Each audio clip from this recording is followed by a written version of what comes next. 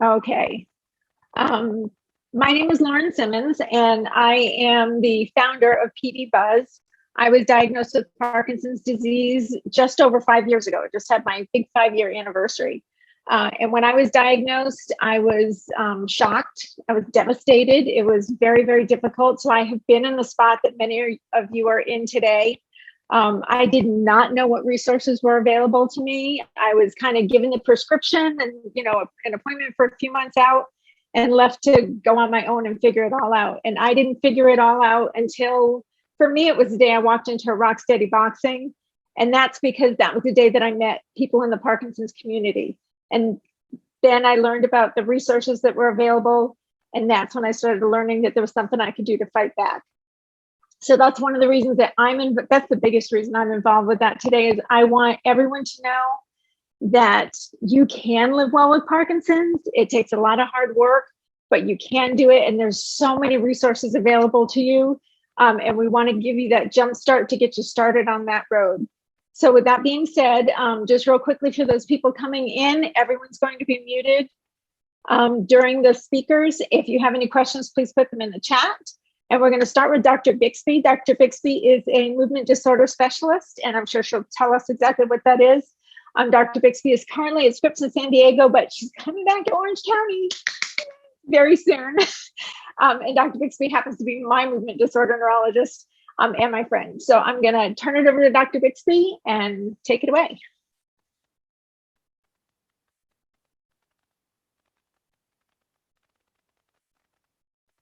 We can't hear you, Dr. Bixby. Can you unmute? There you go. I think you're good.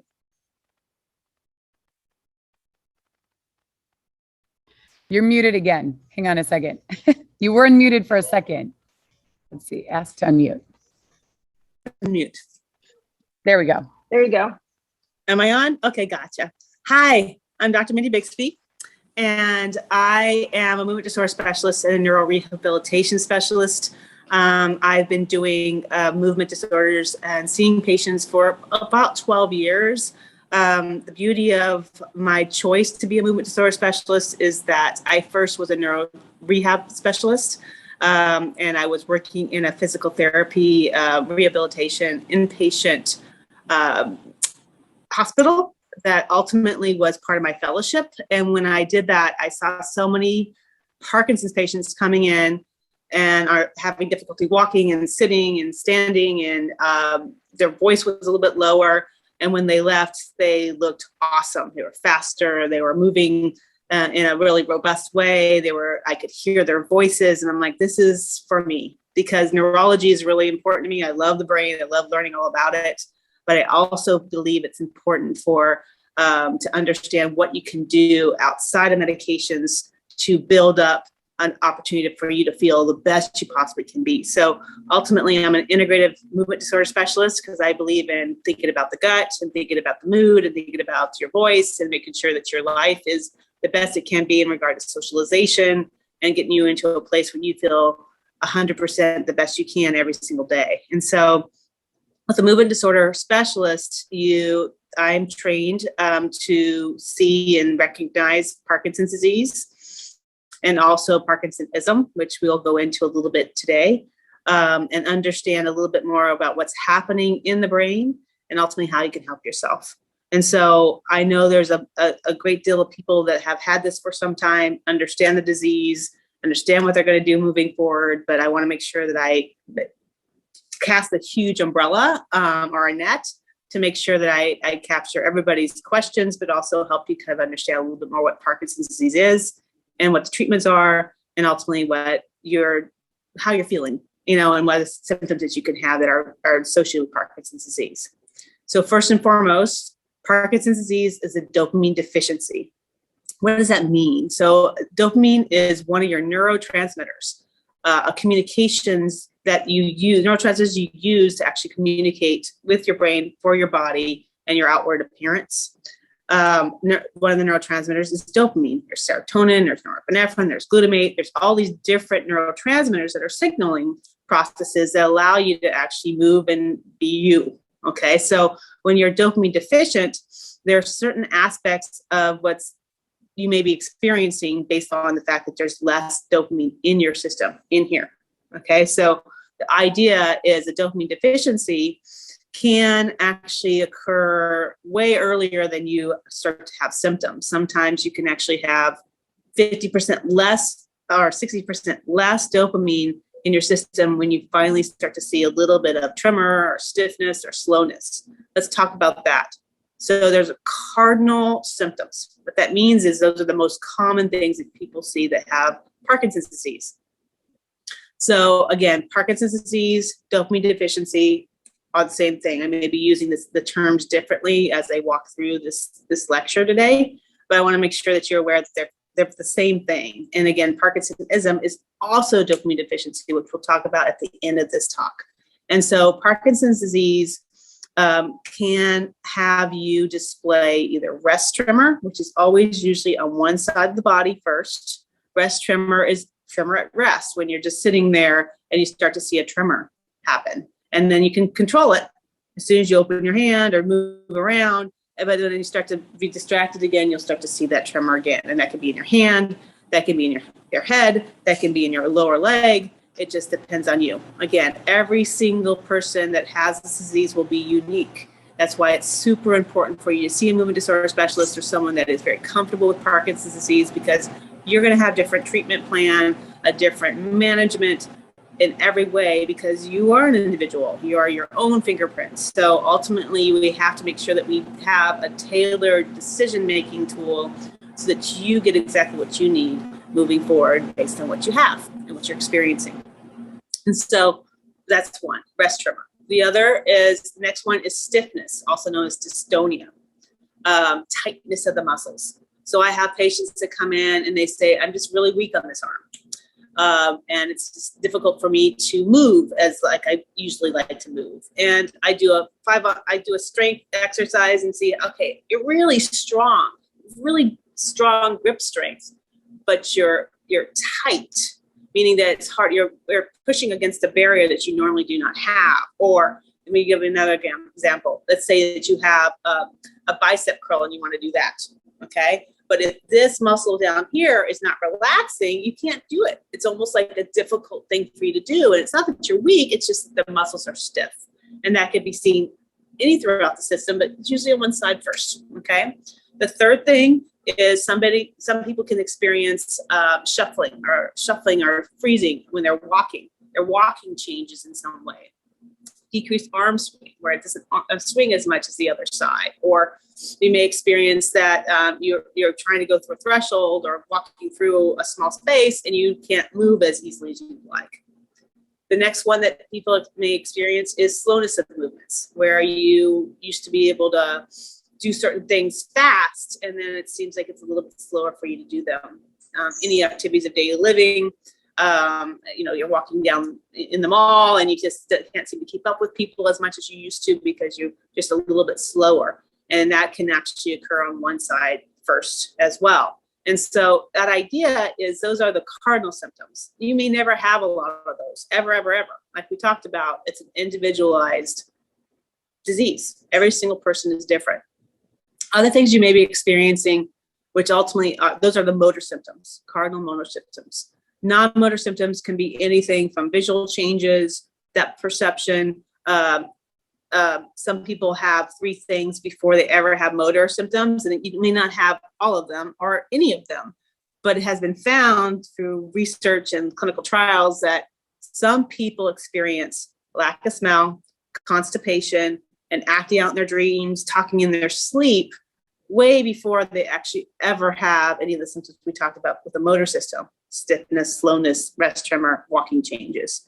And so that said, sometimes, my hope is to get the education out there for all the primary doctors that may usually see you first before you actually go see a neurologist or a movement disorder specialist that's a neurologist as well. And so acting out in your dreams, talking in your sleep, and constipation can be one of those precursors before you have the motor symptoms of the disease. If you do have this and you're experiencing it, what's your steps? And so ultimately what happens is you get referred to a neurologist or a movement disorder specialist. And some people actually are managed by their primary care doctors But we'll have to see as time goes by. And so they say, well, why don't you go see a neurologist? And so what happens in that visit is really, really pivotal. So ultimately, you go in to see, okay, you may have one symptom or one sign that somebody else is looking and saying, hey, you really need to see somebody about that. And when that happens, you actually see a doctor that does a movement disorder exam, where I look, as soon as I walk in the door of a clinic room, your exam starts. So I'm looking for everything from blinking, decreased blink rate, facial expressions, posture when I first walk in the door, and then the exam itself. And I'm sure some of you have been through this, is they look at your eyes and see how they track. They have you do a facial expression evaluation by having you smile and puff out your cheeks and do all these different things, close your eyes real tight. And then they have you do some of the movement changes to evaluate how you look and if there is a possibility of that you have Parkinson's disease or other diseases, which we can talk about later. And so ultimately what I'm looking for when I'm doing these things, I'm looking for amplitude, because this is normal. This can be a little bit not normal, okay? This is normal. This could be a little bit abnormal. So I'm looking at different scales because it can be so subtle. That's why it's important that we always do the same exam when I see patients, because I want to make sure that it is statistically significantly stable. So we always are looking at the same thing, so we can kind of understand what's going on. We have you walk, we have you move, we check your body and see if it's really tight for me to move you. And ultimately, all those things, the gestalt of the exam gives us an opportunity to see if this is what you have. And so if we see things on exam that are pretty clearly Parkinson's disease, then we start talking about the possibility of starting dopamine replacement therapy.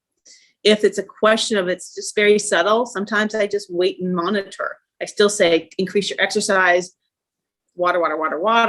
I talk about foods and making sure you're always eating healthy foods the best you can, decrease the amount of processed foods, everything that you can do to actually help yourself, based on the fact that it has been shown to be statistically significant that you do these things and it slows the progression of disease. It's all about taking care of yourself. Make your vessel the best it can possibly be.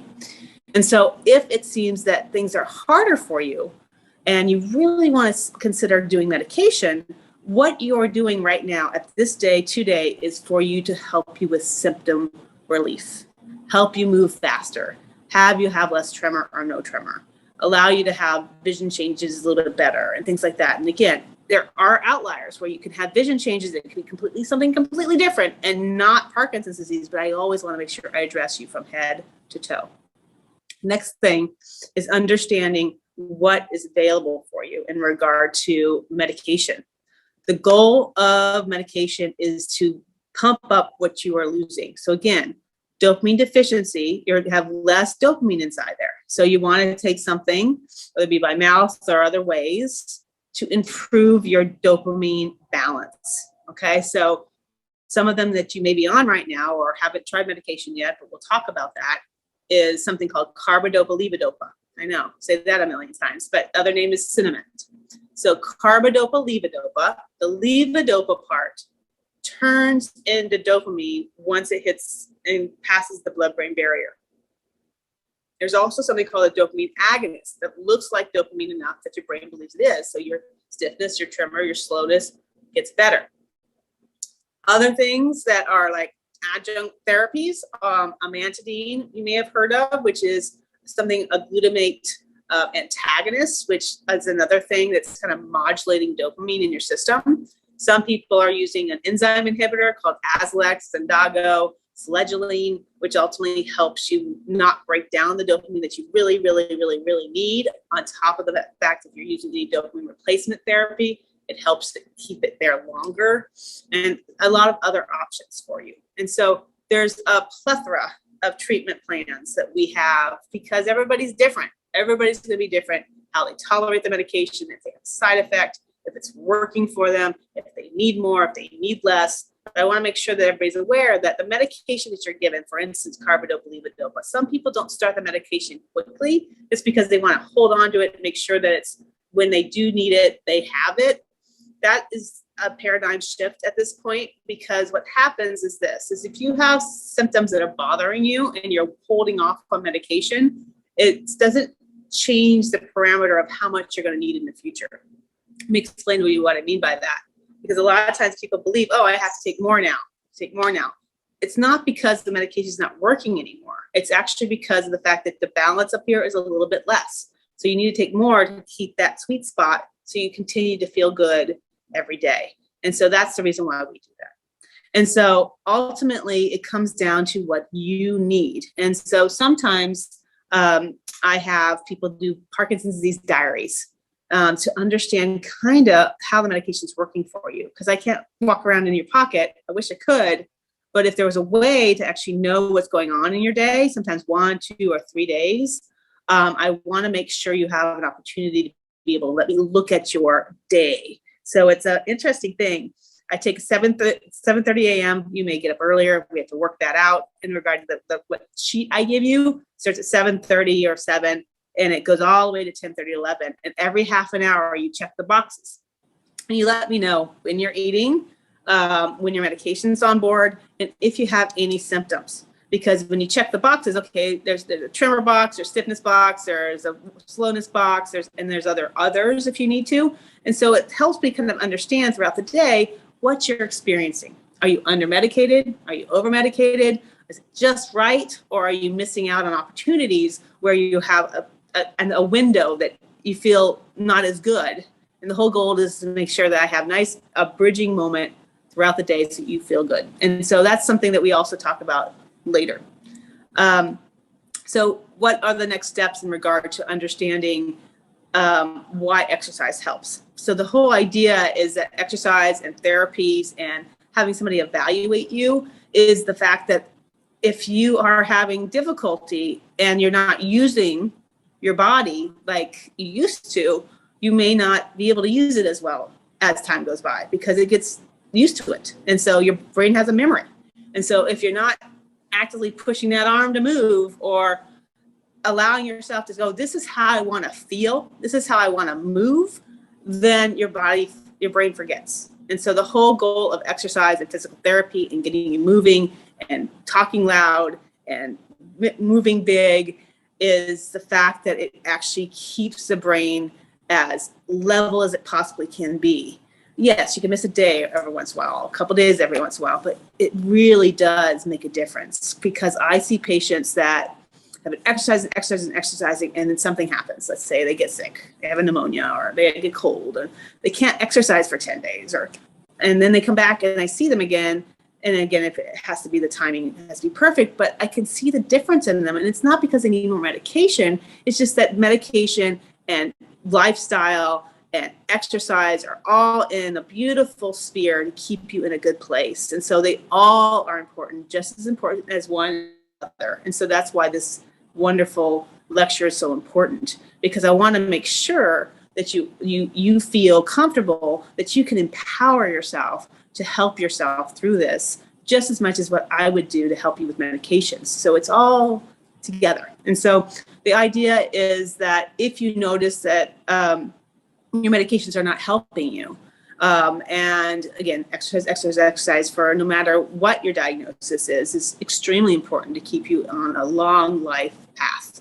And so if you have noticed that your medication is on board and you have enough, and again, that will be a discussion between you and your neurologist, is that I still don't see a difference no matter what I take. I still feel like the tremor's still there or the stiffness is still there. And again, I like people to evaluate you to make sure that you're getting the best possibility, because you may feel like it's not working, but if you took it off, oh my goodness, it totally was working. That's one. Two, if that's the case, and then your doctor can give you more and more medication and nothing's changing, got to look at other options or other thought processes of what's happening in your brain and your body. Okay. And so there's something called Parkinsonism. Parkinsonism is a look-alike like Parkinson's. So you can have all the things we talked about with the cardinal symptoms: stiffness, slowness, tremor, walking changes, freezing, but you take medication and nothing changes. If that is the case, it is possible that you have a Parkinsonism where you have a dopamine deficiency still in the brain, but medication, your brain doesn't see it as helpful. And so usually when that happens, what I tend to do is have you come in and do a dopamine challenge. What a dopamine challenge is that basically you hang out with me for at least 2 hours because I need to evaluate you off. I have you actually not take any of your medication the night before or the day of the challenge. And I usually, what I do is I calculate when you come in, how much the max dose per dose you've taken. And I usually double it. That's why it's called a challenge. And it's also because of the fact that I'm watching over you to make sure everything's okay. And so if that's the case, I do off testing where I evaluate you with the UPDRS with all the things I just told you about, which is a 108 scoring system. 0 to 108 is your score.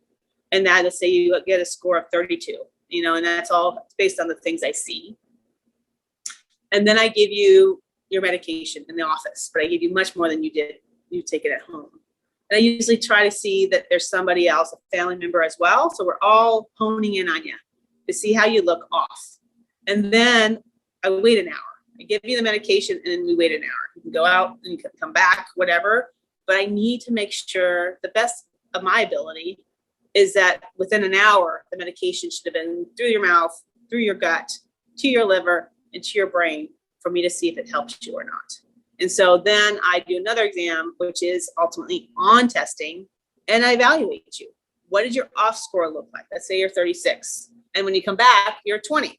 Wow, that is statistically significant improvement. It's working for you. I just didn't give you enough medication. If you get no improvement, then we have to kind of dive a little bit deeper. I tend to, and some people do this early on, some people do it later. It depends on what we see because everybody's individualized. You get an MRI to see if there's a MRI of the brain, see if there's any outliers. Some people have a stroke in the basal ganglia where your dopamine is made. It's an area of the brain called the basal ganglia. If you have a stroke in that area, it creates symptoms of Parkinson's disease on the opposite side. But you don't change. It's just a stable, I have tremor, stiffness, and slowness, but medication doesn't tend to help that. The other options are something called normal pressure hydrocephalus. When people have just too much water on the brain and it's pushing against the Parkinsonian centers, creating a look like Parkinson's disease. And then we look at other things as well. Parkinsonism with a dopamine deficiency is also a possibility, which is a little bit deeper than I want to go on this lecture, but it is always a possibility in my mind of thinking if you don't get improvement with your medication or a robust response with your medication. And so that's Parkinson's disease 101. I know there's a lot of questions right now, and I want to make sure I have time to answer them. The most important thing is that you're not alone. We are all in it together, and I want you to feel like you have a community, a village that is supporting you and being a part of your life. And it's interesting to me how many people have Parkinson's disease at this point. Why? Is a question that people always ask me. And I say, are people living longer? That's possible. Is there other things outside the environment that's making things happen? It's possible. We know now that there's idiopathic forms, meaning an idiot pathology. We don't know why it's happening, but you may have a propensity to have it with family history. Genetics plays a role, definitely in about 35% of patients that have Parkinson's disease. It's possible that you have a higher possibility of having it. Does it mean that you're going to have it? No, but you know that there is a higher prevalence of people that have a family member that have Parkinson's disease, that they can have it because you turn on that gene. Other possibilities that we've been looking at that have been confirmed is somebody that has been exposed to Agent Orange, also exposed to certain fertilizers, well water, and other reasons why. But again, it does not hit different groups of race or anything like that. It ultimately is all encompassing everybody, a little bit more with males and females, but ultimately, again, we always look at the background of your exposure to things in life too, just kind of because a lot of people just want to know the answer why this happened to me. The most important thing I want you to know is you did nothing wrong. You lived your life in a beautiful way. And it's really weird. It's like two people can be walking down the street. One person gets it. The other person doesn't have it, and they live the same exact life. I know that sounds interesting, but it's true. And so let's start now. We're going to do everything right that we can do to help you. And Claire Mclean, and I'm so grateful for her. She's like my other arm. If I didn't I feel like she has a sweet spot of understanding about this disease and understanding functionality and helping people move forward in their lives. And I couldn't do this without her. So I'm here and I'm ready to answer questions if you have them. Happy to open up. If you want to, Lauren, let me know. Okay, let me get, I wasn't ready. Okay, I'm ready. I'm sorry. No worries. I was just listening and learning. So great. So yeah, we collected, there were some questions ahead of time. So we got some questions over email, and then some questions have come through in the chat. So I will ask those questions to you. And then for anyone else who has other questions, feel free to put them in the chat now. We did decide to not do unmuting for people because sometimes there's a lot of questions and all of a sudden it's a lot of time. So we want to make sure that we get to as many different questions from different people as possible. I'm going to add my spotlight. Hi, now I can see you. All right. Yes, here I am. Hello, everyone. I'm Claire. I'm a physical therapist. So one of the questions, and some of these are things that you mentioned as you were talking, but I do think you gave so much great information in the last 24 minutes or however exactly long it's been. And sometimes I think it helps to I have a couple questions that I don't want you to feel like you're repeating yourself, but it might feel a little bit like that. But one was just, what is the difference between a general neurologist and a movement disorder specialist? Because that's one area that it does seem like a lot of people aren't really sure about. Okay, sure. Absolutely. So a general neurologist, I was a general neurologist before I went into fellowship. And so that's the difference. And so we all have training. We have medical school. We do internship, which is 1 year. And then we do 3 years of neurology, which can be anything and everything, including stroke, multiple sclerosis, headache, Parkinson's, any of the things you can think of, neuropathy, everything. But with that, once you decide, because you get a little flavor of everything, and then you say, okay, I really want to do something that's more honed in. And so if you're a movement disorder specialist, you actually do a movement disorder fellowship, which allows you to understand a little bit more about the chemistry and medications that are used, and ultimately go even deeper and start talking about deep brain stimulation and all the other new tools that are out there right now in regard to building the best possible you. And so the management tools are, I would believe, and again, I absolutely believe, because that's what I do and I see the differences, is that I can teach you about clinical trials that are coming on.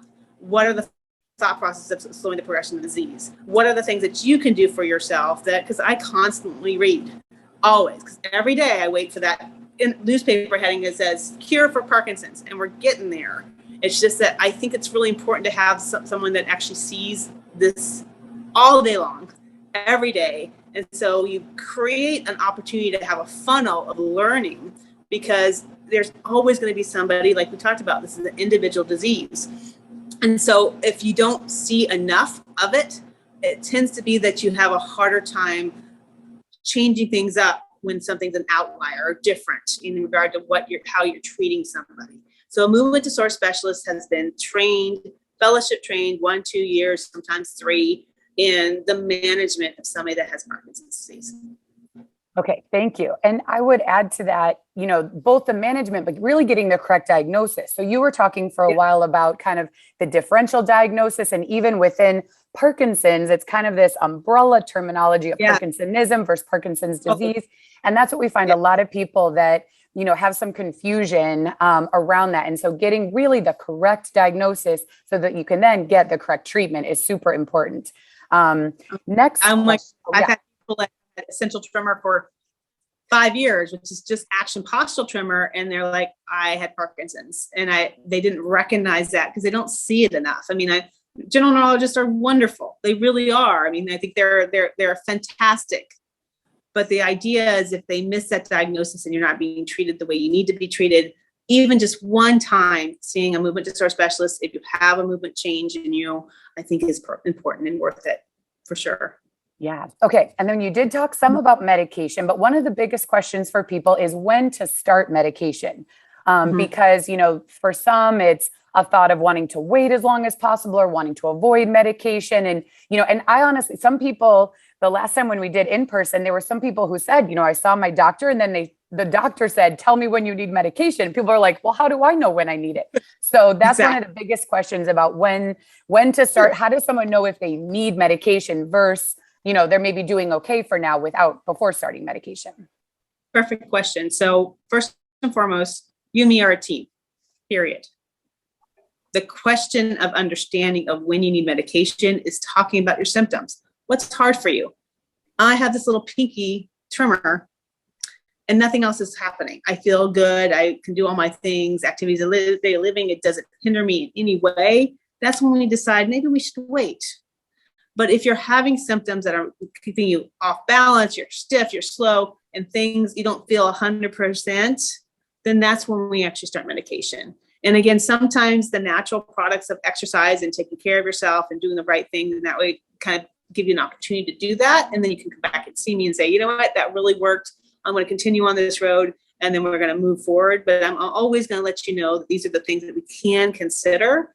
But there are going to be moments, because again, I am not you. I cannot take and say, this is what you're going to do and walk away. That's just not my way. And I'm hoping that it's not your doctor's way.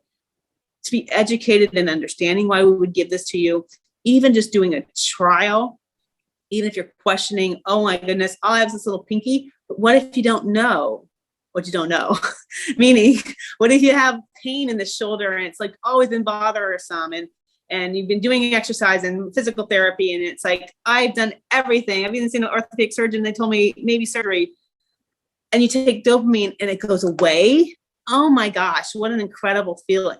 So you don't know what you don't know. And so a lot of times I say, just try it to see what it feels like in you and see if it helps you. And again, I am 100% on board with the thought process that some people just do not want medication that's by mouth right now. And when they're ready, they're ready.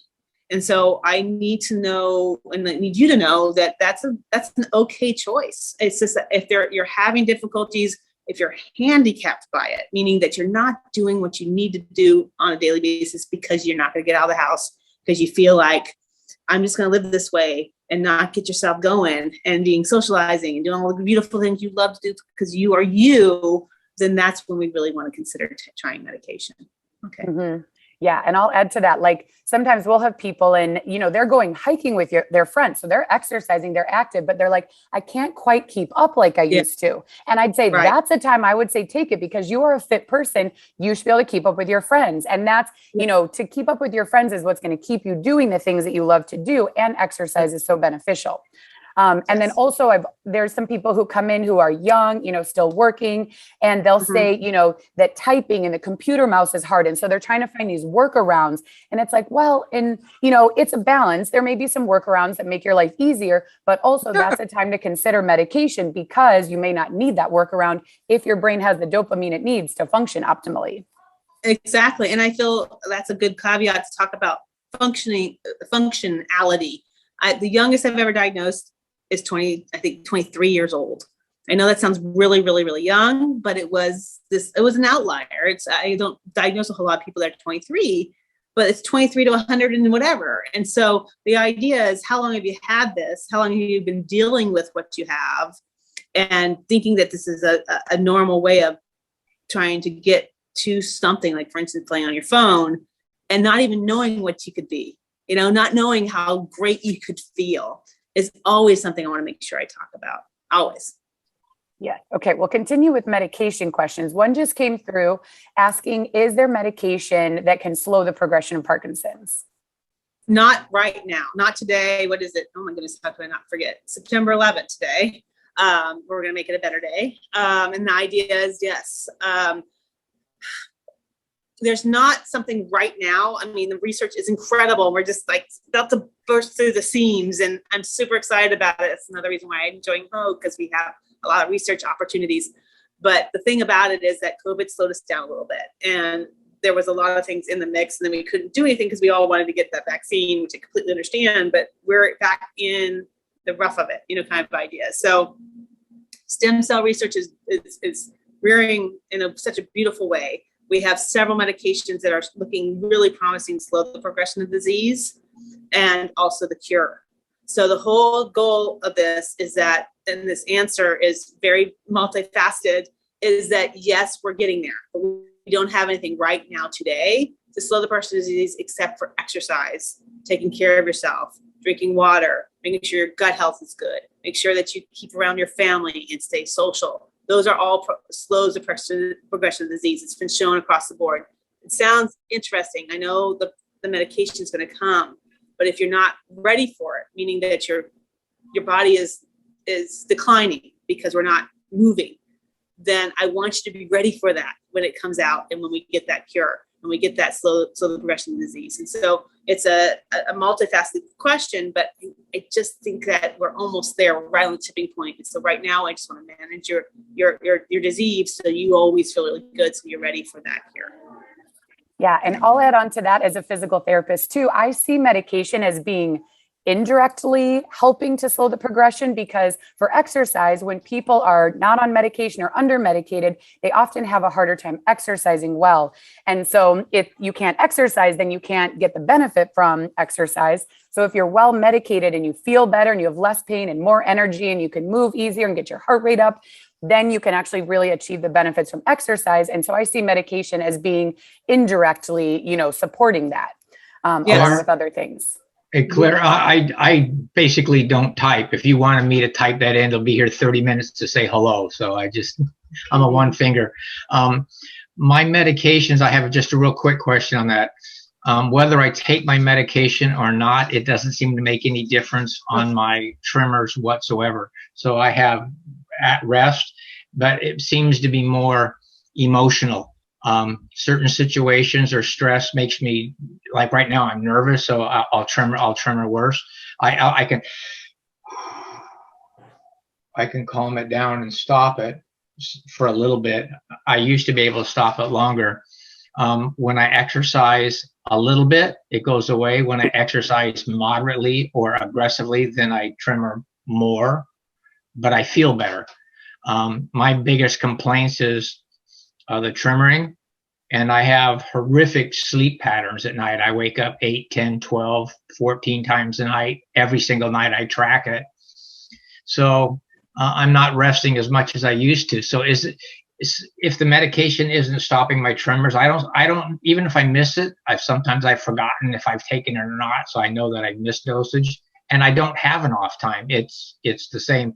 Am I better off trying to do more exercising? Because that's one of my plans, is I'm going to start doing much more aggressively. I've talked myself into it, and stop on the medications, talk to the doctor. What's your recommendation? Sorry for the long question. That's okay. So first and foremost, please do not stop with your medications. The most important thing is, if there was a thought process of taking you off medication, you have to do it slowly and under a doctor's supervision, just because of the fact that if you go too fast or you stop it too quickly, it can cause cardiac changes, basically lowering your blood pressure or increasing your blood pressure and other things ultimately that you don't know that's helping you. And so if you're going to taper it off to evaluate if it's helping you at all, that would be under a doctor's supervision, just because of the fact that it may be doing a lot more than you think it's doing, stiffness, slowness, but the tremor may be so robust that you can't get improvement with the certain medications you're taking right now. So you have a lot of other options, a lot of other tremor control options that maybe the certain medication that you're on, which again, I don't want to ask any questions that are personal, because it wouldn't be fair to you, and I can't give you medical advice individually because I don't have your medical record in front of me. But the idea is, yes, exercise will help you move forward in a better way. Absolutely, always. So that's always going to be, my answer will always be yes for that. In regard to the medication, I don't know what you're on, and I don't know if you just need a little bit more. It sounds like it's never worked for you in the past. So sometimes a different formulation of medication may be a better fit for you. It's ultimately, we just have to figure out what it is. And then ultimately, the other thing you talked about is not having any off time. That's wonderful. If it's the case where you actually you wake up, you start medication, and you use your medication throughout the day, and you don't have any little blips of time where you're off, then that's great. But is it that the fact that it's not working for you? So I can't answer that question. That's why a dopamine diary would be quite good for you, or a Parkinson's disease diary, to kind of understand a little bit more what's happening with you throughout the day. Yeah. So basically, it's a matter of really keeping track of those things, what you do feel like or doesn't seem like it's working for medication, and things like sleep and typing and functional things. That's information you have to take to your neurologist so that they can make the tweaks that are appropriate. And that's where Dr. Bixby talked about the dopamine challenge earlier. And that was one of the questions too, is how does somebody know if the medication is working or not? So I just wanted to review that because I do think that's really important for people. There's a lot of people who aren't sure if it's working. And so could you just kind of review what you said you do in terms of that dopamine challenge? Sure. So it's an off-on testing.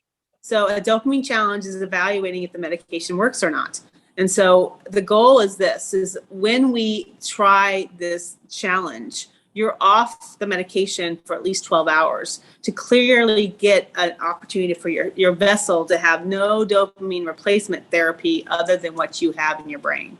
And so we do an off testing right when you come into the office. I also ask you not to eat for at least 4 hours because I want to make sure your gut is nice and open too, because again, that's another thing that can make medication not work well. If you have a very large protein fat diet and that food's still hanging out in that gut when you take your medication, the medication is not going to work well. Medication needs to be on an empty stomach, 30 minutes before or after meals, because you want to make sure that metabolism is working the best it can, because it's the same place the metabolism of the food is being worked out. So in duodenum. And so that's another question I always have. If it's not working all of a sudden, are you eating a lot of steak or are you eating a lot of protein? And ultimately, if that's the case, then maybe the timing of the medication and the food is on the same time. And that's why it's not doing as well as it used to. The other thing I asked about is constipation. Constipation is the second thing I ask. If you're really constipated, the medication is not going to work well because your gut's not working well. And so those are the things I always talk about. The on-off testing is very important for me because it gives me an opportunity to know if I'm doing the right. I'm in the right. If dopamine does not help you, I put you on medication, and you're like, I don't see any difference. I don't see anything difference. But your main goal is to have this tremor better. But other things are also cause symptoms that you may have and signs you may have that are working for you. That's what I want to look for. So the off testing allows me to say, okay, this is your baseline when you're off medication. And then I give you whatever you're on. Let's say you're on 1.5 tablets, Carbidopa Levodopa. I give you 3 tablets. I wait for an hour, and then I see the difference in you from the off testing, everything, stiffness, slowness, tremor, walking. How did you do on my off testing? And then I evaluate the same exact thing on and say, okay, these are the 2 scores I have. Wow, you got much better with medication. Then you know it's working for you. It just may not be getting all your symptoms controlled. Yeah, thank you so much. So this is where, making sure that you have a neurologist that you feel like you can bring up all these things, ask questions, bring this information that they will help you make tweaks. So Dr. Bixby also did mention she is going to be coming up from Scripps to Hoag. So she is joining Hoag starting beginning of November, I believe. And so yes, if you feel like you would like to have a second opinion or see another neurologist or different one than you have seen, you can certainly call. I don't think you're scheduling actual appointments just yet, right? Hopefully in the next few weeks. Exactly. There's a very rudimentary bixbymed.com. There's actually a website that has just my picture going hi, because I haven't started anything because I'm still working at Scripps, but there's a phone number there attached, and actually I have a lovely person that actually is taking all those the phone messages and putting you on a list. And so as soon as we have the insurances taken care of and knowing when the schedule is going to happen, which will be November 1st, but hopefully we can get you on the schedule earlier than that so that we can actually see you on November 1st. So yeah, that's one option if you're local in this area. And then there was a question about people finding movement disorders neurologists if they live elsewhere. So I'm putting in the chat on Michael J. Fox Foundation's website, in conjunction with the Movement Disorder Society, they have a listing where you can look in areas to see if you live in a different place other than here in Orange County or kind of general in Southern California. So that link is in the chat, and I put your site. Another question we got about medications is the common misconception that medications only last for a certain amount of time. So the question was, do medication only last for something like 10 years or only work for 10 years? Gotcha. So we talked about the fact that what happens in the brain. So when you have Parkinson's disease, you have a slow progression of losing dopamine over time. And so it's a natural progression of the disease. And so the whole goal is to keep you balanced and how much dopamine you need going forward. It will be more when you have the disease for 6 years compared to having it the first year. When you're diagnosed with Parkinson's disease, you usually have lost about 50% of your neurons. Our brain is very robust and incredibly resilient, but there's a certain tipping point when you start to see tremor, stiffness, or slowness. And that's when you go see a doctor, and a lot of times they start you on dopamine replacement therapy. The medication does not lose its potency. It's ultimately because of the fact that your brain needs more as time goes by, and then you have to increase the dose as time goes by. And that's why that happens, not because the medication stops losing its effectiveness, because it works the same as it would day one compared to day 100 zillion, you know what I mean, kind of thing. It's just the fact that you may need more based on that you're losing more in the brain. Okay, thank you so much. And I know we just have a few minutes left, a couple more questions that came into the chat. So one was, does a lack of dopamine on one side of the brain mean a diagnosis of Parkinson's? Yes, it does. And so the last thing I want to talk about outside of that question is there's something called a DAT scan, a dopamine active transport scan. It is not usually used. Everybody's like, give me an image, give me a blood test. Do I have dopamine deficiency? There's not such a thing as a blood test for dopamine deficiency to give you the diagnosis of Parkinson's disease. There are some parameters you can look at to go, maybe, but we're still in the rudimentary phases of that for a blood test for Parkinson's disease. But there is something called a dopamine active transport scan, which is a functional test where you get a dye in the arm that has a tracer that's fluorescing that goes and takes about an hour to get there, but goes to the basal ganglia, remember where your dopamine is made primarily, and there are these beautiful little commas. And so if you have all the commas on both sides, you don't have a dopamine deficiency, you do not have Parkinson's at that time. Again, it's a functional test at that moment. If you lose a little bit of the tail, you lose a little bit of the head on one side, that's a dopamine deficiency. And then you have to ask yourself, do you have Parkinson's disease or Parkinsonism? Parkinson's disease always, and Parkinsonism, they both always start on one side. It's just the way it is. I can't tell you why, it's nature, okay? But the idea is that when you lose dopamine on one side, the DAT scan will show that you're missing some of that. Is that a normal thing that you would do? Every single person get this DAT scan? Absolutely not. This disease usually is a clinical diagnosis, meaning doing the exam, evaluating you, looking your body, seeing what you have, and then giving you medication. And if you get a robust response where those things that I saw in exam get better, then you have Parkinson's disease. If you have the same symptoms, but you don't get better, a lot of times it's called Parkinsonism. And we have to do a little bit more research on that and understand why this is happening to you. But that said, I just want you to be, it's very hard because it's a very big umbrella term, and there's all these things I'm telling you right now. And in time, hopefully we can talk more about these, have a lecture just on that. But the idea is this, is finding the way of what works for you based on what you got, okay? So I guess that's a good answer.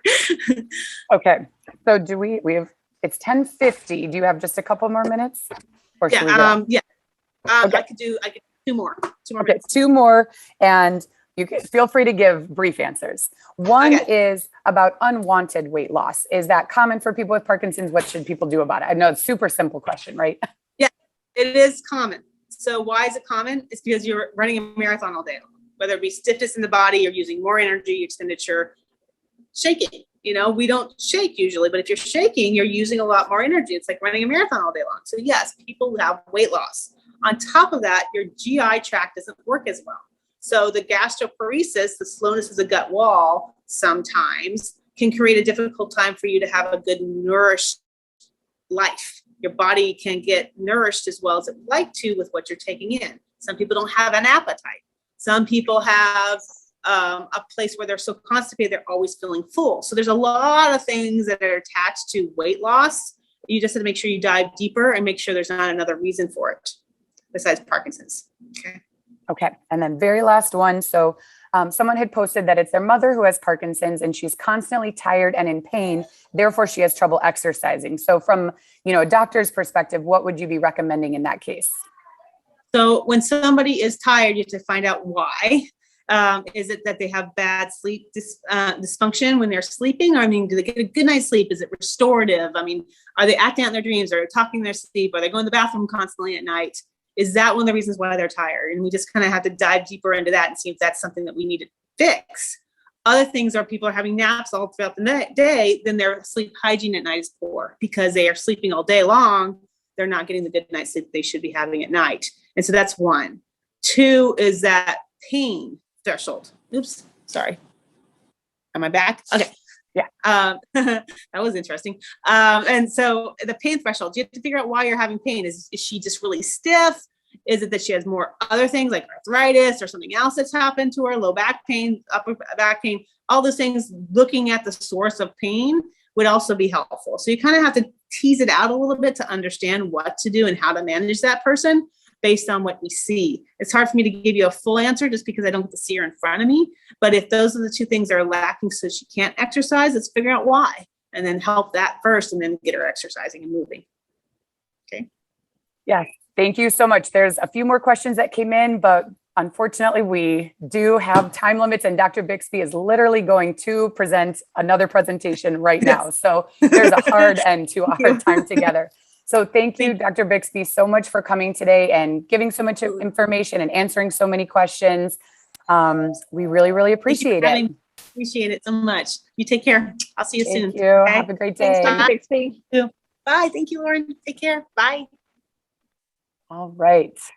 So I'm going to add, Lauren, I'm adding you to the spotlight. I think we're taking a break now, right? We're going to get up and move around a little bit. We've listened and learned a lot. And so we're going to take a little bit of a break before we come back together and learn and discuss exercise more. So some of the questions that came through, I know it's great to hear a neurologist talk about exercise as well, but unfortunately we just didn't have time to get to all the questions with Dr. Bixby. So I will definitely cover more when it comes to exercise and we'll just do the best we can to fit in as much as we can in a relatively short amount of time, actually. Anything else from you, Lauren, before we take that break? No, I think just a quick break so people can go get something to drink and stretch or use the restroom, and we'll be back in just a couple minutes. All right. Yeah, we'll take like 6-minute break. So it's 10:54 Pacific time right now. So we'll come back at 11 to continue.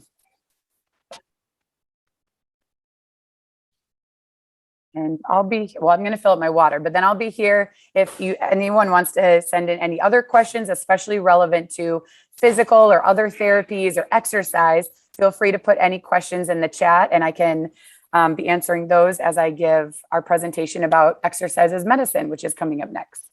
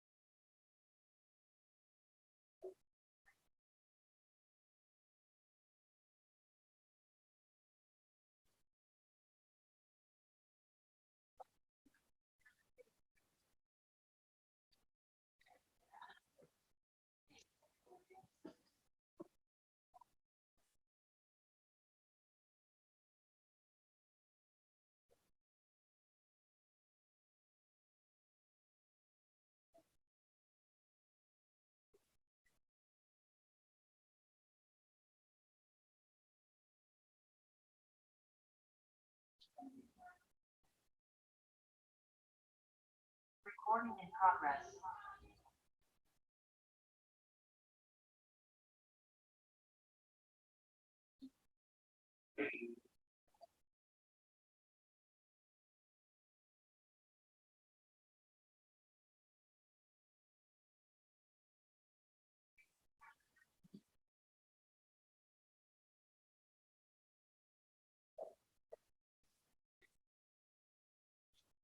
Activity completed.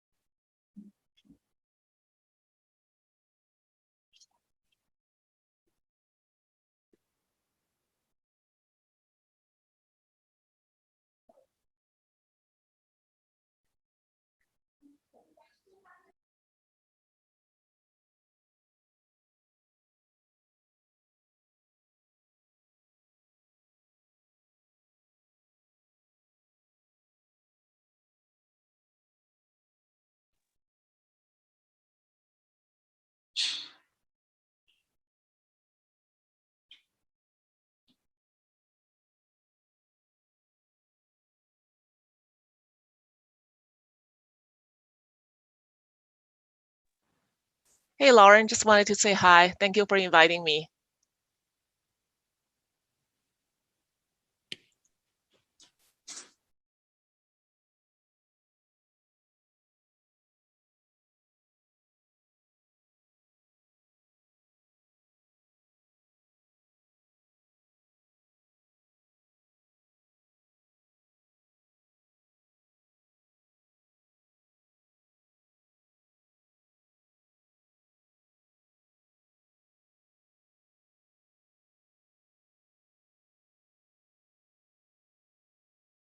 While we're waiting for everybody, if Susan is on, Susan asked a question about switching from soda to water. And I had the Diet Coke issue, and I ended up that the last Diet Coke I ever had was the day I was diagnosed. So that's what did it for me. But I know it's really difficult. And I think part of it might have to do with the caffeine. So I still have something like green tea has some caffeine in it. I think that helped me a little bit with switching over, but it can be really tough making that change. Lauren, you didn't find also an addiction to the NutraSweet or whatever the sweetener was? Because I had to also give it up. And that was what I found I was missing. Not so much the caffeine as the whatever the sweetener was for that.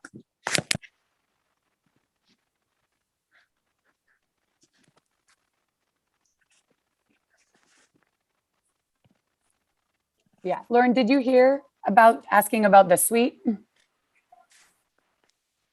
No, I did not hear that. I think it was Kim talking about how it wasn't just the caffeine with soda, but it was the sweet. That was kind of, there was an addiction to the sweet flavoring. The artificial sweetener.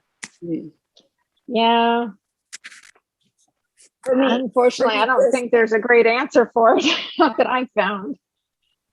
Yeah, I mean, what I have found for some people is transitioning to, bubbly water. So you still like get the fizz. So that helps. And then honestly, like you can put a little bit of like a juice, mango juice, whatever you like, cranberry juice, lemon, like actual lemon juice, but something a little bit sweeter.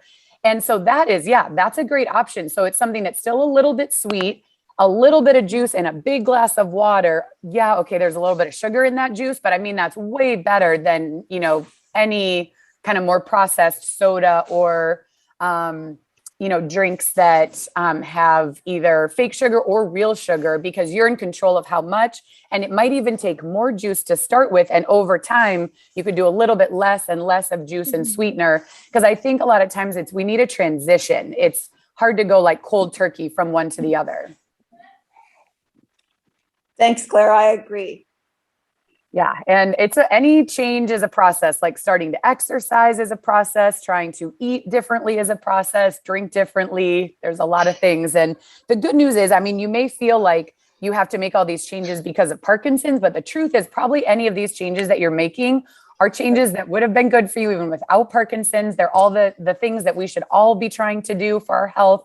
And in many cases, these are changes that will improve your overall health, reduce your risk of cancer and heart disease and diabetes and all these other things. So there are a lot of people with Parkinson's who make these changes, and then, it improves your overall health so much too. So hopefully you can kind of focus on that way, not thinking like, oh, because of Parkinson's, I can't have these things that I love, but Parkinson's is motivating me to make good choices so I can feel better and improve my overall health, not just related to Parkinson's. All right. Well, it is. And I had two just real quick. Are you Lauren Simmons? Because I was actually planning on calling her after the meeting was over anyway. Is that Lauren Simmons? Oh, okay, very good. That's me. That'll be after the meeting when we slow down. And then does anybody else? I have, with my sleep depth problems that I have, I also have horrific nightmares, and which I don't remember. My wife, she wakes me up because I'm screaming it. I mean, it literally sounds like somebody's killing me or I'm killing somebody, but I don't remember my Parkinson's nightmares, but regular dreams is normal, like, any other dream that I've had. Is that kind of common, or is that something to do with my medication, or is it just part of the disease? Well, unfortunately, we can't get into too much detail, but I would say sleep disturbance overall is common with Parkinson's. And so that's where it's important. Anything that you're experiencing, it's important for you to document your experience. If your spouse has an experience, she documents hers, and then you take that to your neurologist. All right, I will. I've been trying, but it's difficult. And I'm going to have to try to find someone who's more of a Parkinson's type specialist, I think. So, yeah, I mean, that's what I would say. A big part of having this meeting is just for people to understand, what seeing someone who specializes in Parkinson's is like. And, a doctor like Dr. Bixby, who says, we are a team, we work together, you ask me questions, you bring me information. We just want everyone to know that that is possible in a neurologist. And so if you aren't currently experiencing that, it is worth, getting a second opinion and seeing another one. In Southern California here, there are quite a few options. Hoag has a great program. UCI has a great program. We have, Cedars and USC and UCLA and Scripps and UCSD. I mean, there's so many places within a couple hours. So you have options. So you do want to, it's worth taking a little bit of time to find a neurologist that you really work well with. All right. So we are moving on to our next topic. Anything, Lauren, before I unspotlight you? Nope. Just a reminder, if you have questions for Claire as she's speaking, go ahead and put them in the chat, and I'll keep an eye on the chat to funnel the questions over to Claire. Okay, sounds good. So I will unspotlight there, and then I'm going to share my screen. Let's see. Okay. So I'm going to try not to make this super lengthy or really detailed, but we wanted to go into a little bit more depth in terms of exercise during this Jumpstart meeting compared to, we've done like 3 before, I think, and we didn't do a presentation or go into as much detail on exercise. But as you heard from Dr. Bixby, exercise is probably one of the most important things to get started with as soon as possible. And so we felt like, of all the potential topics to talk about, this was one of the best ones, in a meeting like this where we're trying, we could have had like a 6 or 8 hour meeting and covered a whole bunch of different things like sleep and, other areas. But we didn't want to have too long of a meeting. We wanted to give you some good information about something that you could do right now to improve your health and probably have an impact on your Parkinson's over the long term. So my name is Claire Mclean. I'm a physical therapist. I specialize working with people who have Parkinson's.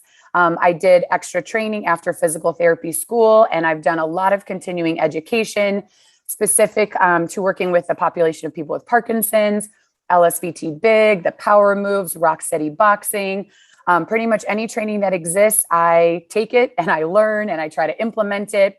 And I really see, I think, what are somewhat unique outcomes with people with Parkinson's because of how we really try to administer exercise. And it's the same thing as working with a neurologist who really understands Parkinson's. You want to work with physical therapists and exercise professionals and occupational therapists and speech therapists, anyone in kind of the healthcare system.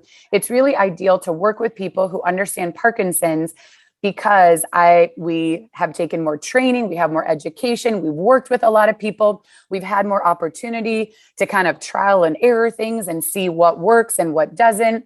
And we're more likely to have worked with someone who's like you and kind of presents with similar symptoms and challenges. And so we can be more efficient in helping you kind of get to the point of where you need to be to really get the most out of exercise. So let me progress that slide. Okay, so I'm going to talk just a little bit about some success stories, because I do think it's really important to kind of live your life in an inspired way. So to know that there are people doing well, living well with Parkinson's, to know that that's possible even after many years of Parkinson's, having that expectation that even if you're recently diagnosed within the past few years and you might feel like you don't know what to expect or what's going to happen and it's very stressful, to see people who are doing well, hopefully can be very inspiring and allow you to believe that the same thing is going to be possible for you. Believing that you can feel better, do better, and have an impact on your Parkinson's over the long term is what is going to motivate you to take action on that.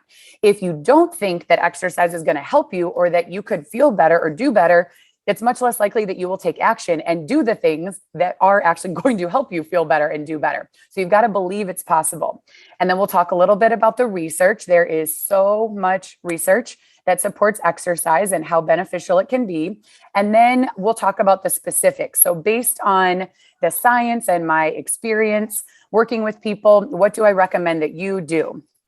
So we're going to try to do that in 40 minutes. So what I see in terms of the way that exercise can help is it can improve mobility for people, improve their quality of life. They can feel better, have less pain, have less fatigue, have more energy, be able to do just, the basic things in life easier. Moving around in bed, getting dressed in the morning, anything that you want to do, being able to do it easier and more efficiently. So much of our life is movement based. And so since Parkinson's affects movement, it tends to make movement slower, sometimes smaller. That kind of can slow down everything you do, or you might not feel as confident to do things in your life that you want to do. So exercise and practicing movements can help with that. I see that exercise can help people maintain improvement. So when people first start exercising, we see improvement, and then they're able to maintain that improvement over long periods of time. Because I have been specializing working with people with Parkinson's ever since I graduated from PT school 14 years ago, I have seen kind of the long-term effects of exercise. I have some clients now that I've been working with for 10 years who are doing better now than they were 10 years ago, or who are doing similarly now as they were 10 years ago, which is it's not the expectation of what it means to live with Parkinson's. Parkinson's is considered a progressive diagnosis with expectation that things could get worse over time. And we're seeing that isn't necessarily true. People can get better and stay better over long periods of time. We can also help address symptoms that are resistant to other types of treatment. So there are some symptoms in terms of, walking and balance that when you take medication may help to some degree, but actually exercising and working on those things can be sometimes even more beneficial than medication. It doesn't mean you don't take medication. Medication is very important, but there are just some things that medication doesn't totally fix. And so exercise is one of the best things to work on those kinds of things. Balance is one, medication can help a little bit with balance, but there's almost nothing like training your balance to really improve it. And walking, for many people, medication helps their walking get a little bit better, but we also kind of need to retrain the brain for bigger and better walking as well. So exercise and medication together are really kind of the ideal scenario. It also can help people recover faster after an injury. So we've had members who are recently diagnosed with Parkinson's, but they do need maybe a surgery like a knee replacement. And the better shape you are in going into surgery, the faster you will recover after. And, we haven't had very many members, but I know some people who have had COVID over the past year, and there was lots of research showing that the healthier you are less likely to have a severe case of COVID. So exercise helps you stay healthy and then helps people recover faster afterwards. And just many examples, like Dr. Bixby talked about, sometimes people will have the flu and they won't be able to exercise for 10 days and they'll experience a decline in how they feel and their function. But if you've been exercising before, you are much more likely to be able to get back to that previous level faster. As opposed to kind of what would happen in many cases for people with Parkinson's is if they got sick or something happened, there could be a decline in function, and then that would be their new normal. And we're, as physical therapists, exercise professionals, other types of therapists, we are not on board with that. Like if someone has an illness or a decline, our goal is to get them back to where they were before. But it's hard work. It is not something that just happens automatically. It doesn't happen by doing gentle stretching or basic exercises. It takes hard work, but it pays off. And, you know, the more you do exercise, the more you like it, hopefully, in most cases. But you do have to do the right kinds of things at the right level of intensity, and you have to progress correctly over time. There's so much that I would like to say about exercise that we won't even have time for today. I'm trying to keep this somewhat basic to just get you motivated to start doing some things. But, you know, I'm available. You can contact me afterwards if you have more questions, or, you know, you can get in touch with someone in your area or wherever you're going for exercise or for therapy and get kind of a follow-up if there are more questions. I can't, unfortunately, talk about everything that I want to talk about today, because then we'd be here till tomorrow, possibly. So one example, though, to hopefully get you inspired is one of our members who comes here. So I'm a physical therapist, but I actually run more of a wellness and exercise program. It's in Fountain Valley, Orange County. And so we have members who are coming on a regular basis for exercise, but it is a little bit different since our classes are taught by physical therapists. We're kind of bridging that gap between individual physical therapy and exercise classes. So it's a little bit different than some other exercise classes might be. So this is one of our members, Anne, and she is someone who I first started working with in individual physical therapy close to 10 years ago. She was diagnosed at 40. She's now 56. So she's had Parkinson's for 16 years. And she was working initially when she was first diagnosed with Parkinson's. And so she was not able to fit in exercise into her life. And if you are someone who's still working, we understand that fitting exercise in, it can be very challenging. Therapies and many exercise classes happen during work hours. And so sometimes it's hard to access those things. So, you know, we want to help though. So if that is a challenge that you have, let us know. We want to help you figure that out. And how can you start to fit exercise into your life, even if you're busy with work? But that may look different than someone who's retired and has more time in their day to be able to exercise. So she hadn't exercised for about the first 7-8 years after being diagnosed, but she got started in 2012. And at the time, she was pretty deconditioned, out of shape. She was taking quite a bit of medication. So LEDD stands for levodopa equivalent daily dose. So there's a formula where you can enter any medications that you take, not just carbidopa levodopa, but others that are relevant to Parkinson's. And they're calculations for kind of how they all fit together. And so they can give you a number, and whatever you're taking all throughout the day, it adds up to a certain number. So she was taking about 1,500 milligrams at the time, and she was experiencing some side effects with those medications. She started exercising, and she has improved in terms of those side effects. And she actually was able to reduce the amount of medication she was taking without having an increase in Parkinson's symptoms. She feels better overall, and she is on a third less medication still now, 9 years after getting started with exercise. So that's where, you know, Dr. Bixby talked about how for many people, they need to increase their dose over time. And that's really just because your brain isn't producing as much on its own. So you need to supplement with more. But exercise combined with medication can really impact that. And there are a lot of people who don't necessarily need to go up on their dose nearly as much when they're exercising consistently. And even during the pandemic, Anne came in and we were doing planks and burpee challenges and trying some different options. So this is her not too long ago doing some really challenging things. And this is 16 years after being diagnosed. So in this upper left, she's doing a plank on jungle gym straps. I could barely do this. I'm in my 30s. I exercise pretty consistently. I teach these classes, and I had so much trouble doing this. This is a extremely difficult maneuver, and she could do it. And then we're doing burpees with a weighted ball. We're doing burpees with a rope. We're doing a plank on an unstable surface. So this is really just to show, the incredible feats that are possible when you exercise consistently. So Anne exercises 5 days a week here with us. She does 1 to 2 hours of exercise a day. And if you're not exercising currently, that may seem like an insurmountable amount of exercise. So we're not recommending that anyone starts with that amount of exercise. Starting with 20 to 30 minutes is great. Over time, you may increase, but just to show what is possible. And this is someone who experiences, it's not that her Parkinson's progression has just, been non-existent over time. She really is working hard to maintain her fitness and be able to accomplish these types of things. But this is what is possible. And then Dennis, so I'm showing you people who have had Parkinson's for quite a long time, even though we're talking about people who are newly diagnosed.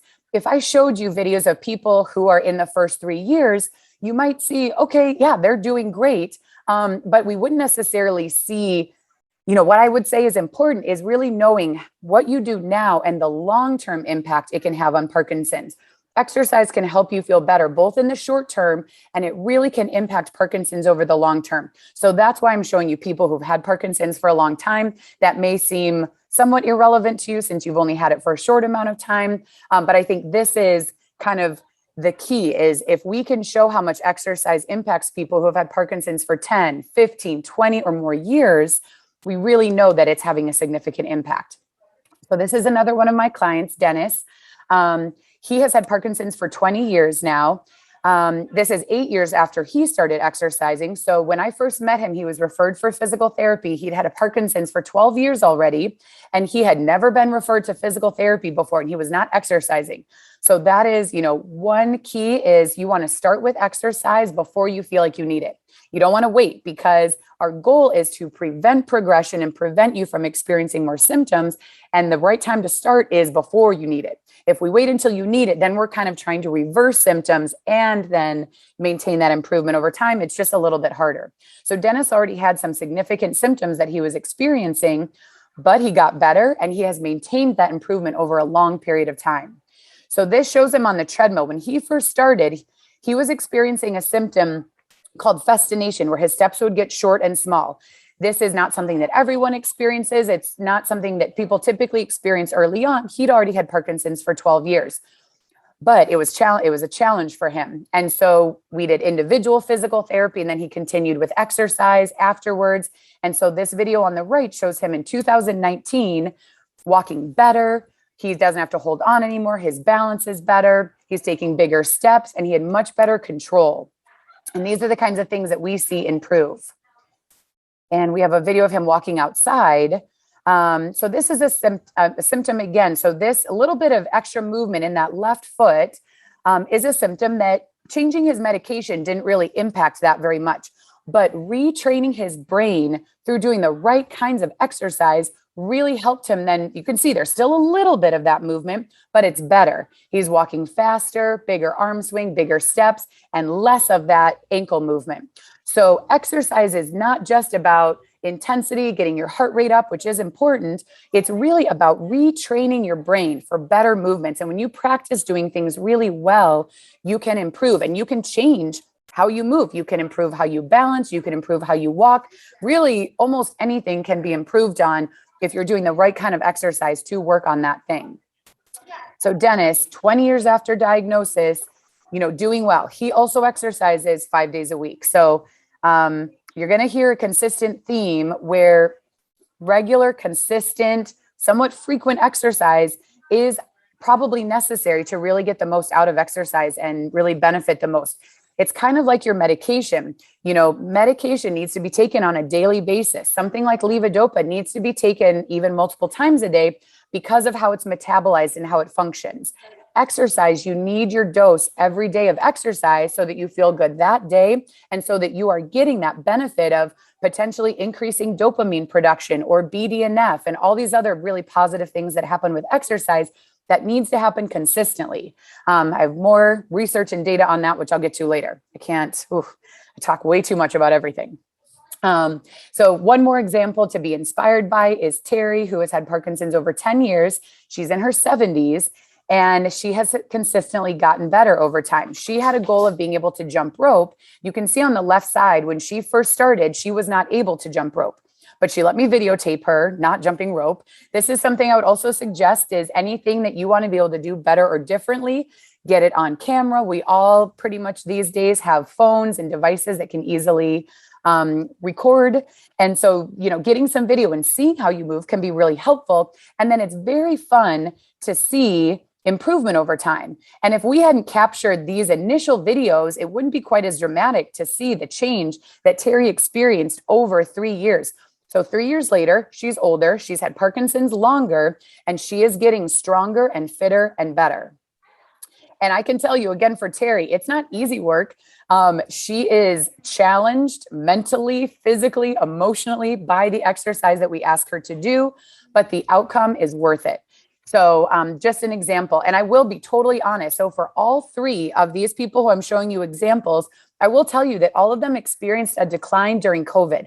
So when COVID hit and we had to stop our in-person exercise classes, we did things online, but it's not quite the same as in person. And so all of them have experienced a decline. Terry right now is not able to jump rope.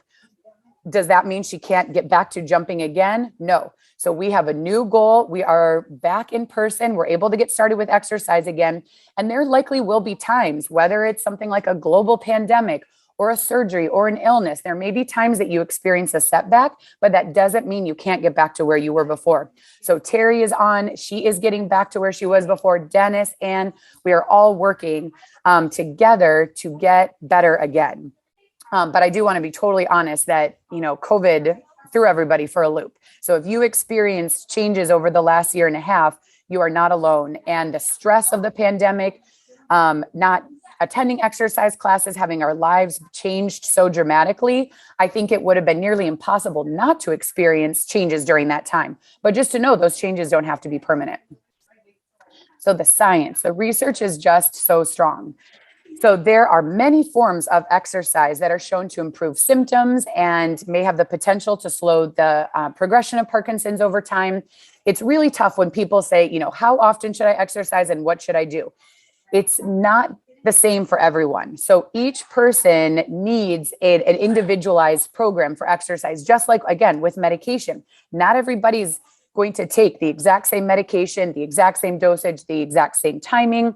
Exercise also really needs to be administered on an individual basis. So there are some general parameters that we can say in general, this is true for everyone, but some people may need less intensity to start with. Some people may need more intensity. Some people may need less frequency or more. So it really depends on your symptoms, what your goals are, and things like that.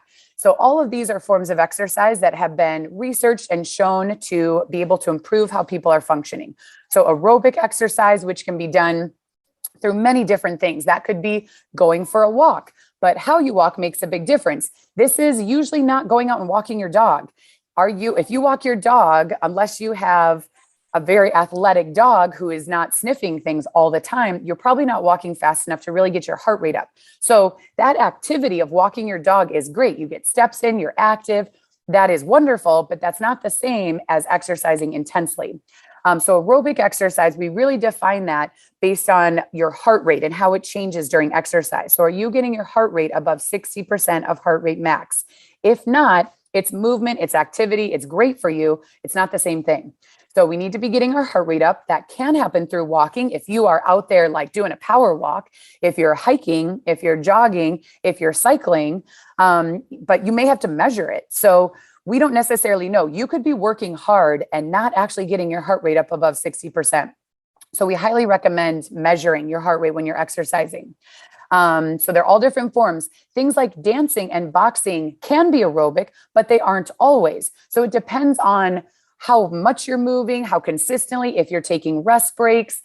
There's just so many factors. And so again, that's why we recommend measuring your heart rate during exercise so that you know if you are getting your heart rate up or not. So you may love dancing and going to a dance class, and it has the potential to be aerobic. If you measure during class and you see I'm working on these great skills of timing and rhythm and moving around the room, and I'm also getting my heart rate up, awesome. But if you see I'm not actually getting my heart rate up that high, it doesn't mean dancing isn't good for you. It's still great, but you probably should be doing something else separate from dancing that you know you can get your heart rate up with. So that may be walking on a treadmill or getting on a bike, or doing something else. So making sure that there are some things you do where you get your heart rate up. Balance training is very effective. Balance training tends to be low intensity. So you're working on things that are hard, but you're likely not really getting your heart rate up unless you're doing some crazy like parkour or ninja type training. Functional training often has to do with things like, working on agility, balance. If you notice moving around in bed is challenging, we might be practicing rolling and changing positions, going from sitting onto all fours, onto our back, onto our sides. That kind of functional movement is really important. For most people, it is not aerobic. Still important, but not aerobic. Strength training itself, if you are really lifting heavy weights, you are likely doing that slowly, really focusing on your form. You might be getting your heart rate up for parts of the exercise, but you might also not be. And if you need to rest in between, if you tracked your workout the whole time, maybe you're lifting weights for 45 minutes, if you're getting your heart rate up for small portions of that, that doesn't really fulfill kind of what the research says in terms of getting at least 30 minutes of aerobic exercise. So that's where there are just so many factors to consider. I do personally think that it's pretty difficult for someone with Parkinson's to understand all of this and really put together a comprehensive program for themselves. That's why we highly recommend attending classes, working with someone like a physical therapist or exercise professional who specializes in Parkinson's, so they can help you get to what your ideal program is. Make sure you're doing the right kinds of things. Boxing is another one. Boxing can be very high intensity and aerobic, but it also can be very skilled and not so aerobic. We love to incorporate cognitive challenges into boxing and games and things like that. Those are all wonderful, but it may mean the more cognitive something is, the more you have to concentrate on what you're doing and how you're doing it. It may decrease the aerobic and the intensity piece. So those are all the things that have to be considered. And then Tai Chi, I think that Tai Chi tends to be very skilled and on the lower intensity form. I've never seen like a high intensity Tai Chi. Maybe it exists. But things like Tai Chi, yoga, Qigong can be wonderful. They are going to be on the more low intensity side. And you need some of both. You need some high intensity exercise. You need some maybe moderate and low intensity, all kind of put together in your program. Oh boy, so there's so much. So our goal with exercise both is to treat symptoms in the short term and also to slow disease progression over the long term.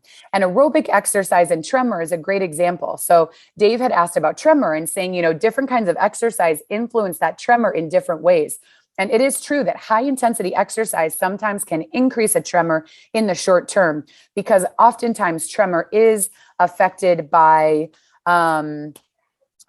tremor is affected by stress, and exercise is a form of stress.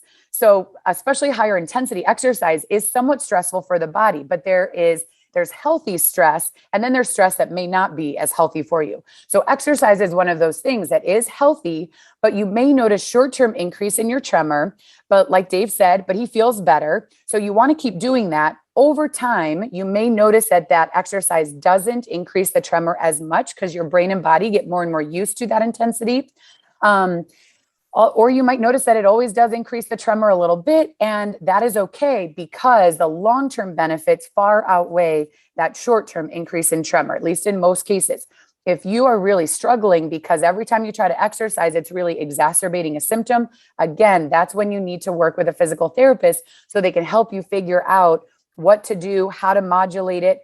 And in some cases, we do really need to start with lower intensity, and we need to slowly increase the intensity level over time. Not everyone can go from 0 to 100 in terms of intensity levels and expect to feel good.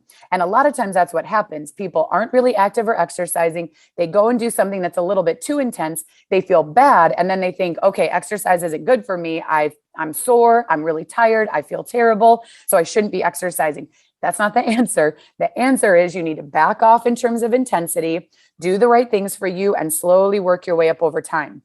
And figuring out what that right intensity is and slowly working your way up is something that's hard to do. We're kind of all or nothing. A lot of us like, okay, I'm going to rest today, and then tomorrow I'm going to go hard. And then, oh, I'm tired, so I'm going to rest. And that's not really what's going to help us feel better.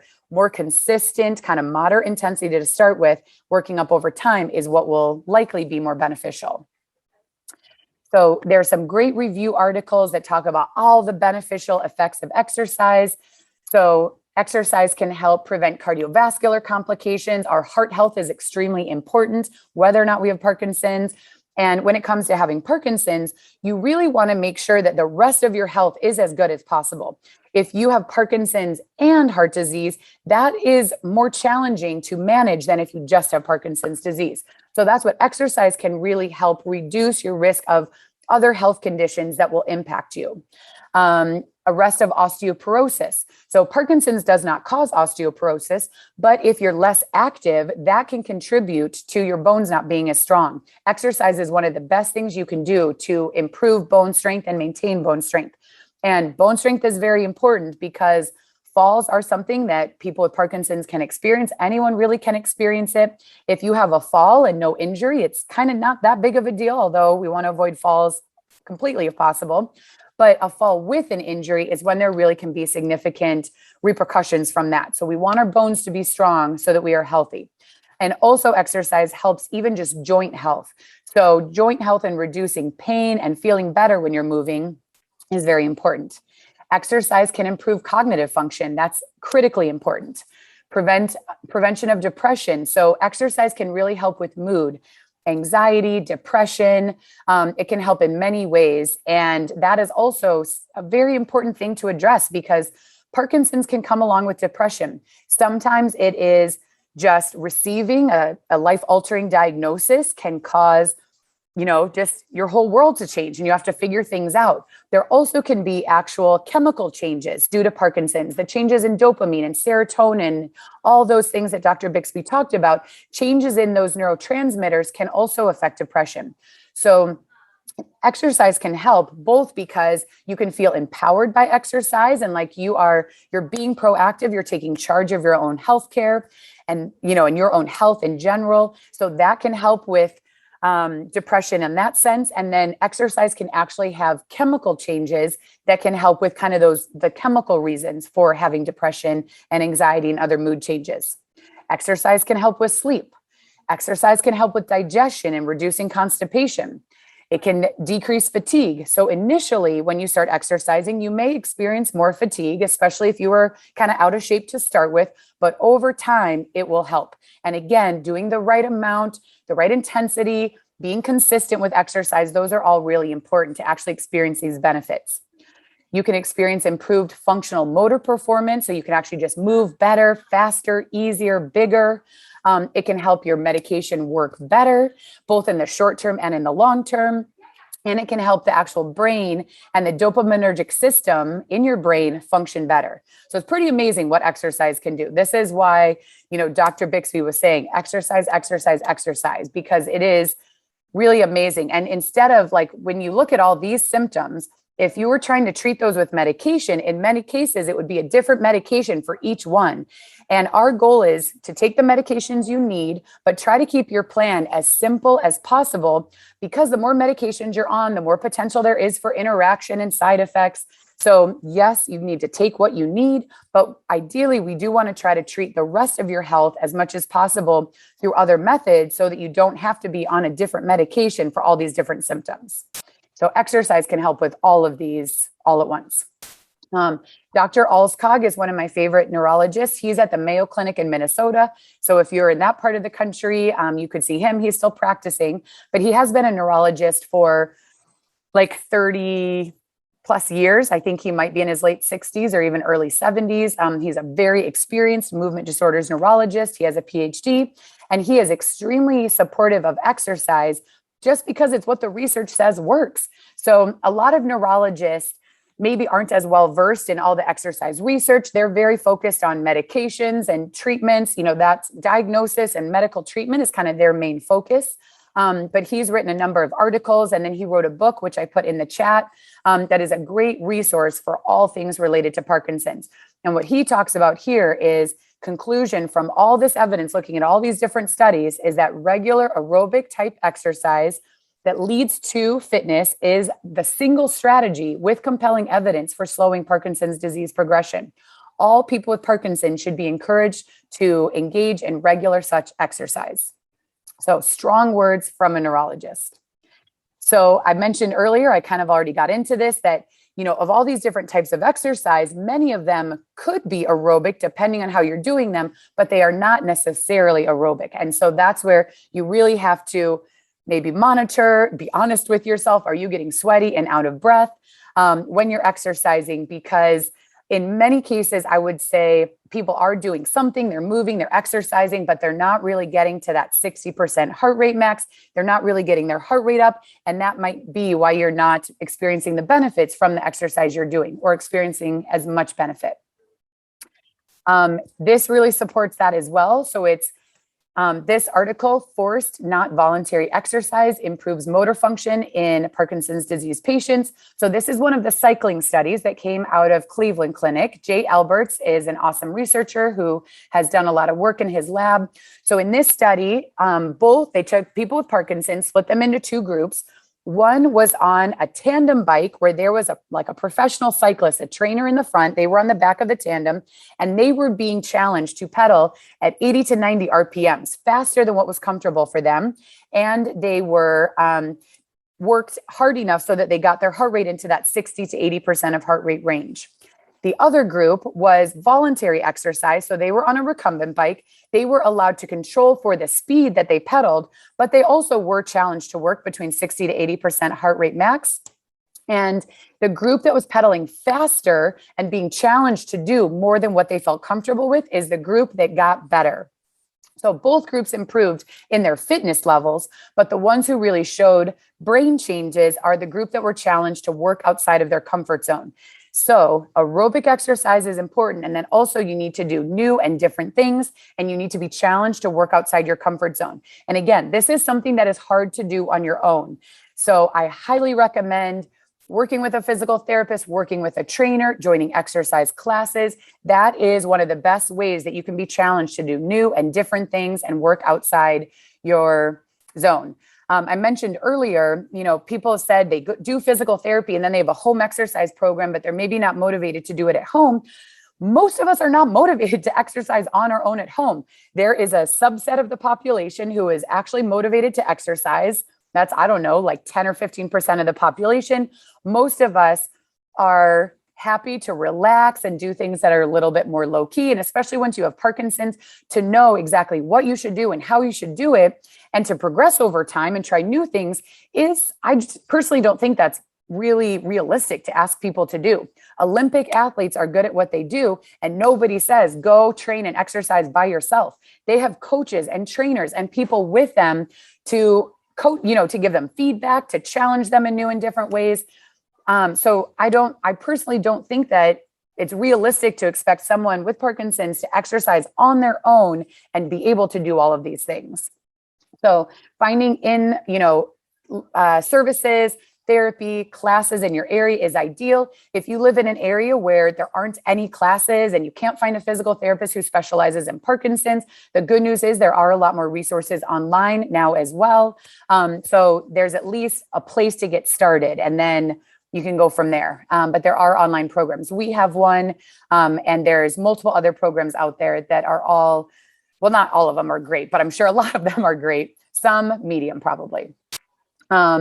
We need to move more. So this is another review article that just talks about all the amazing things that exercise does. So exercise is shown to have powerful effects on Parkinson's based on several neurobiological mechanisms. So if you have ever heard or kind of looked it up, you'll see Parkinson's, there isn't just one cause of Parkinson's. There's multiple different things going on at the level of the cells and how the brain is functioning. And there's a lot of research happening now to see, are there, different treatments, a medication, injections, vaccines, stem cells, lots of different treatments that ideally could address some of these changes that are occurring with Parkinson's. But the cool thing is a lot of these things that are associated with Parkinson's and are negative can actually be improved with exercise. So physical exercise reduces chronic oxidative stress. So that's one of the things. Oxidative stress is negative for Parkinson's. It's related to getting Parkinson's, exercise is actually one of the things that can reduce that. It stimulates mitochondria biogenesis. So mitochondria are the energy part of our cells and very important for us functioning well. Upregulation of autophagy in PD patients.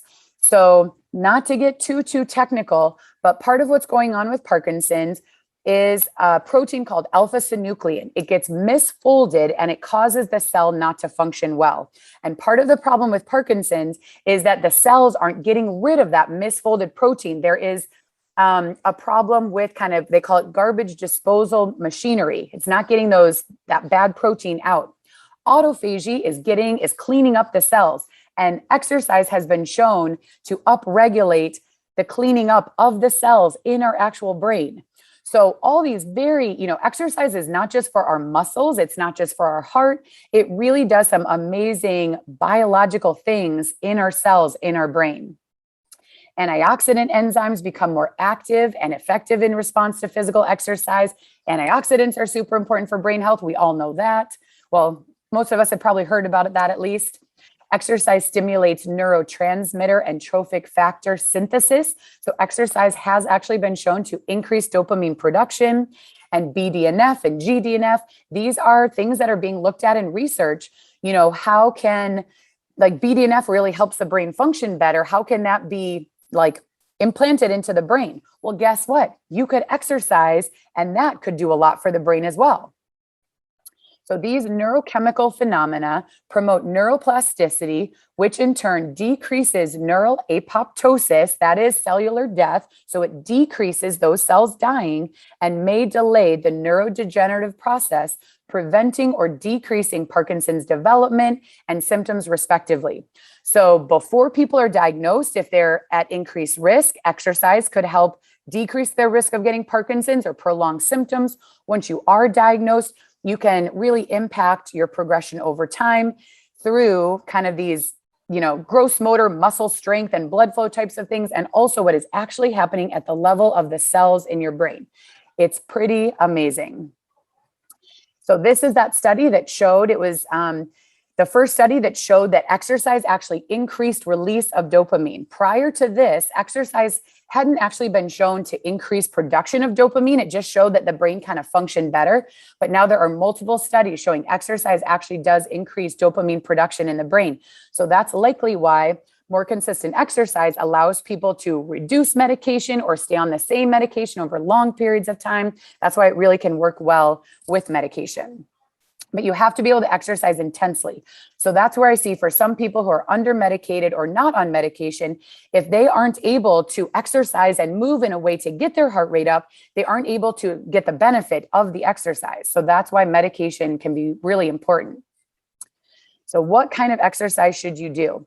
So there are two main categories of types of exercise you need to do. One is aerobic exercise. You need to be getting your heart rate up. The other main category is skill-based exercise. So you need to be doing things where your brain is challenged to figure out what you're doing. So skill-based exercise is something like Tai Chi, balance training, boxing, lots of things where you are learning new skills and doing things differently and better than you have before. Amplitude training is another area. Working on moving bigger and faster for, any type of exercise you're doing is very important. There can be overlap. So boxing can be aerobic and skilled at the same time. Even walking can be both at the same time. So walking on a treadmill where you're walking with big steps and you're swinging your arms, there can be a skilled aspect to that. It's maybe a little bit more towards aerobic, not super skilled compared to something like boxing, but there can be overlap. And so you definitely can do forms of exercise where you get both benefits at the same time. But having kind of a variety of exercises you do, focusing on different types of things is really important. And then this is just a cool slide from Dr. Petzinger, who's a neurologist up at USC. She does exercise research. And so they say we need to do aerobic exercise, goal-directed motor learning. That's the skill-based exercise. And when we do those types of exercise, we see improved synapses in our brain, improved neurotransmitter production, receptors function better, dendritic spines on our neurons are stronger and connect better. We see improved trophic factors, blood flow, the immune system functions better, neurogenesis, actually building new neural pathways, and improved metabolism. These together improve the circuitry in the brain, in the basal ganglia and the cortex. I know these are a lot of kind of technical terms, but I'm just really want to impart the fact that exercise is, not just basic, like get your heart pumping. It is doing some amazing things for the nervous system and for the brain. And so when these areas function better and they connect better, then we see improved movement, we see improved cognition and improved mood. All of the things that are very, very important for people with Parkinson's. So this training, big to move faster. So one of the key symptoms of Parkinson's, like Dr. Bixby mentioned, is slowness of movement. Most people with Parkinson's will have some degree of slowness of movement. It could be mild or more significant. And to overcome that, you actually, as opposed to thinking about moving fast all the time, because if you try to move fast, a lot of times we have fast, small movements. But if you try to move bigger, you move bigger and faster. So no matter what you're doing, if you're doing Tai Chi, you really want to stretch out and do a full range of motion with your movements. If you're boxing, you don't just want to do little boxes here. You want to make sure that you are stretching those punches out. So no matter what exercise you're doing, you want to make sure to move big and really stretch. That's going to help you work on your posture, maintain range of motion in your joints, and retrain your brain for those better and bigger movements. Just to summarize again, so within any of these exercises you're doing, you can make sure to do it big. So aerobic exercise, if you are walking, you want to walk big steps. If you're doing functional training, you want to do it big. If you're strength training, you want to make sure to go through the full range of motion with the exercises you're doing. Bicep curls are not just in this middle range. You want to bend all the way and straighten all the way. So you can incorporate this big training into anything you do. Dancing, you want to move big with your dancing, nice and dramatic. Boxing, you can move big, and Tai Chi, like I mentioned. So this is what intensity looks like. So we have aerobic exercise classes actually, because, even though you might think, well, riding a bike or walking on a treadmill is pretty basic and I could do that myself. You might be able to, but you might not do it quite as intensely as you should. And being in a class around other people is very motivating. We can play good music. We do intervals. We will encourage you to do more than you think you can do. Ellipticals are a very challenging piece of equipment. A lot of times people will get on and they find it hard and they just get off. We're there to coach you and say, keep going, try to do 1 more minute. Even if you do 5 minutes on the elliptical the first time or 3 minutes, we'll say, okay, each time you come back, let's try to do a little bit more. And over time, we can work up to doing the elliptical for maybe 30 minutes. But a lot of times you aren't going to be able to do that the first time you exercise. And so people will say, I tried the elliptical, it's too hard, I don't use it. That's not really the answer. The answer is to do it for a short amount of time and over time build up the amount of time that you use that piece of equipment for. So here's showing one of our members. The music is great. It helps you go to a beat. The elliptical is a great piece of equipment to use because you can you're moving your arms, you're moving your legs. It's quite challenging. And then you saw, we moved over, Terry was jogging on the treadmill. And then our member here is on the bike. People are pushing to go faster than what feels comfortable. And that's how you get better, is doing more than what's comfortable. Then here, Terry, who I showed you earlier. So this is her recently. So even though there was a setback with COVID, she is working on getting back to where she was. We're working on getting back to jump roping. And she has been jogging on the treadmill recently, which is something that she would never do, on her own. So those are the kinds of things. We're there to make sure you're safe while you're doing something and that you're challenging yourself to do more than what's comfortable. And then here, again, on the bike, there's some specific things. On the bike, 80 to 90 RPMs is our goal. If you're not able to do that yet, we're working our way up to it. But you want to have some goals like that and be pushing yourself outside of your comfort zone. And then, like I said, monitoring heart rate is really important. So whether you have a Fitbit or an Apple Watch or a Polar monitor, we use Scosh monitors. There's lots of different heart rate monitors on the market. We have an app where we display it up on a TV so we can see all of us where our heart rates are. It's very motivating to see this information. And then you're doing the right kind of thing. So here you can see if someone's in the gray, that means they're below 60% heart rate range. So it's easy to see if you're in the right range or not.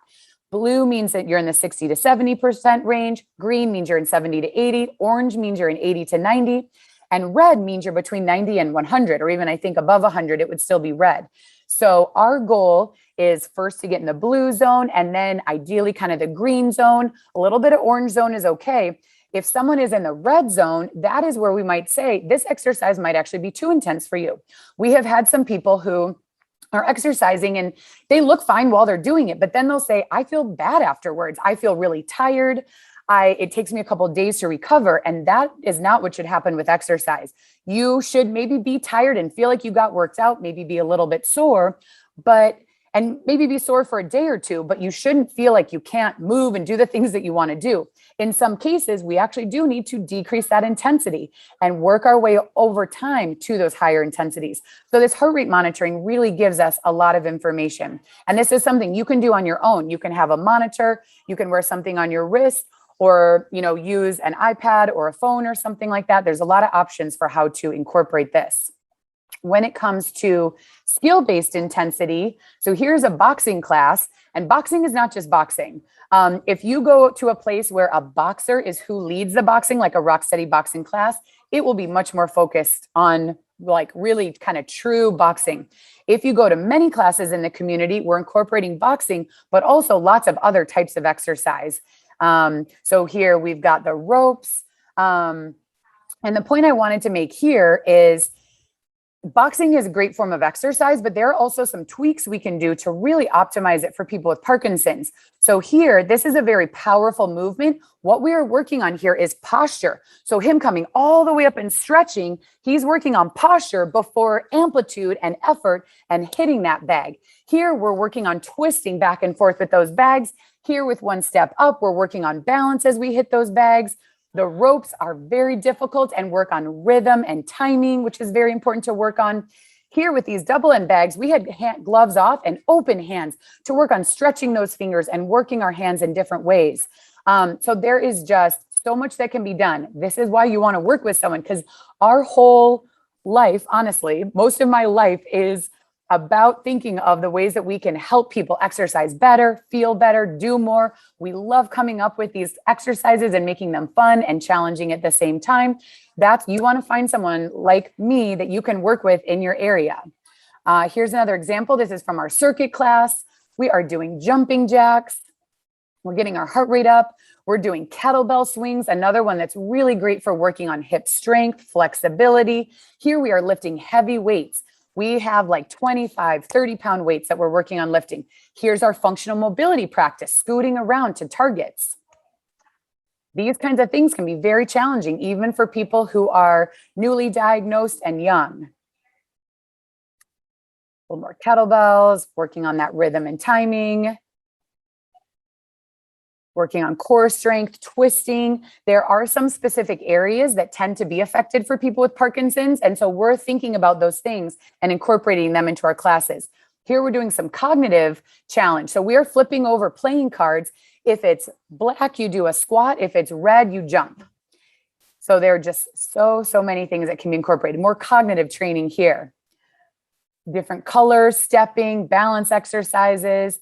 And then floor exercises are super important. Working on our strength, our posture, flexibility, getting into all different positions, on all fours, half kneeling, on our stomach, on our back. And these are the kinds of things that are going to help you feel better and move better throughout your day.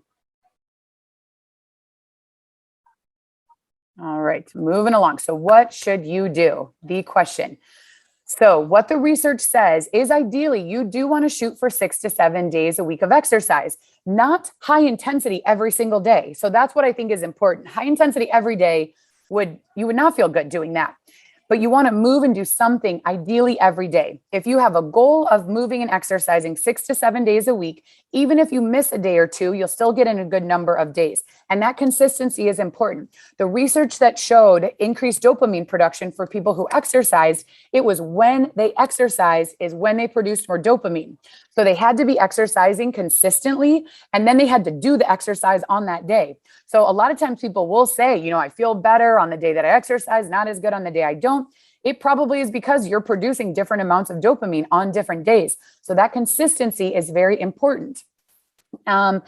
The amount of time that you spend exercising, as little as 10 minutes can be helpful, but most of the research is between 30 to 60 minutes of exercise. One reason that that's what most of the research is because when someone does a research study, they have to think about what is the minimum we can do that we expect to be helpful, and what can we reasonably ask people to participate in. So most studies are 30 to 60 minutes, kind of 3 to 5 days a week. But in my experience, being in the community and running classes, we have a lot of people who are doing 2 classes in a day.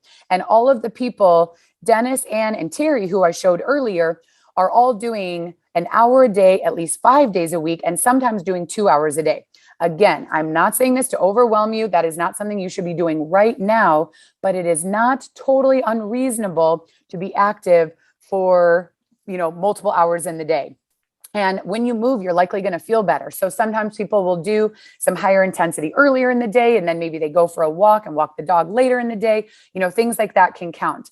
I saw a question earlier that was, is there such a thing as doing too much exercise? Yes, there definitely is. Most of us are not doing that. But there is such a thing as too intense. There is such a thing as too much exercise. And some people do that. So that's where you want to talk to someone to make sure your plan is optimized. So 6 to 7 days a week, 30 to 60 minutes in most cases, but up to longer than that. We want to do a variety of types of exercise. We want to do a variety of intensity of exercise. High intensity exercise should ideally happen 3 to 4 times a week. You do need to do it enough to really make a difference, but you don't want to do it every day because your body does need a chance to rest and recover. There are exercises like the power moves that tend to be more moderate intensity. And those I think of as like the gift we give our body to feel better and move better in between the days that we do the higher intensity. If pain or balance limit your exercise, that's when you need to see a physical therapist so they can help you figure out the right kinds of things to do, the right amount, the right intensity, get a plan, and know how to progress over time. You do need to work harder than what feels comfortable. So if you're able to do that on your own, great. If not, again, work with someone. Ideally, work with a physical therapist who specializes in Parkinson's, who can help make sure you're on the right track, do some assessments and test you, make sure you're on the right program. And there should be a line here, joining exercise classes is one of the best things I think you can do because the camaraderie, the social aspect is wonderful. Having people, having that resource of the people leading the exercise class who specialize in Parkinson's. They are a wealth of knowledge. You can ask questions. They can let you know the kinds of things that you should be talking to your neurologist about. And then we are the ones who are coming up with all sorts of new and different things to challenge you. And we're watching you move and giving you feedback so that when you're exercising, you can do it with the best quality movement. So you're really retraining those pathways in the best way possible. So this is the research that supports why you need to exercise more frequently. So Dr. Mishley is a naturopath up in Seattle who specializes working with people with Parkinson's. She has some of the best research that compares different numbers of days of exercise. So what her research shows is that if you're exercising 2 or less days per week, it essentially has no impact on Parkinson's symptoms. It's better, 2 days is better than not exercising at all. But when people get to exercising 3 days a week, they actually show an improvement in their Parkinson's, and each additional day is additionally beneficial. So 3 is really the absolute minimum if you're wanting to have an impact on your Parkinson's. Each additional day is additionally beneficial. So aerobic exercise, skill-based training are kind of the things that you want to combine together. Here is aerobic training. Here is someone who's doing aerobic and skill. So we are really working on how he is walking. We're having him take bigger steps, work on his posture. This is often why you need feedback, because these are things that would be hard for him to correct himself. He is newly diagnosed, but he already had some pretty significant symptoms. So we needed to make sure to work on those right away. And Terry getting back into it after the pandemic, getting those legs moving faster on the bike. So you want to measure your heart rate to make sure you're doing things intensely. Things to think about. So you have to make a plan. You have to be, proactive in terms of exercise. Exercise isn't something that's going to happen just out of the blue. You'll be like, oh, okay, I'm going to exercise right now. You have to make a plan. Which days are you going to exercise? At what time? Put it on your schedule. There are many, many other things in your life that could interfere with you getting started with exercise or doing your exercise. Household items, work, life, friends, family, grandchildren, spouses. So exercise is really something that you have to figure out how to prioritize. So it's got to go on your calendar, on your schedule.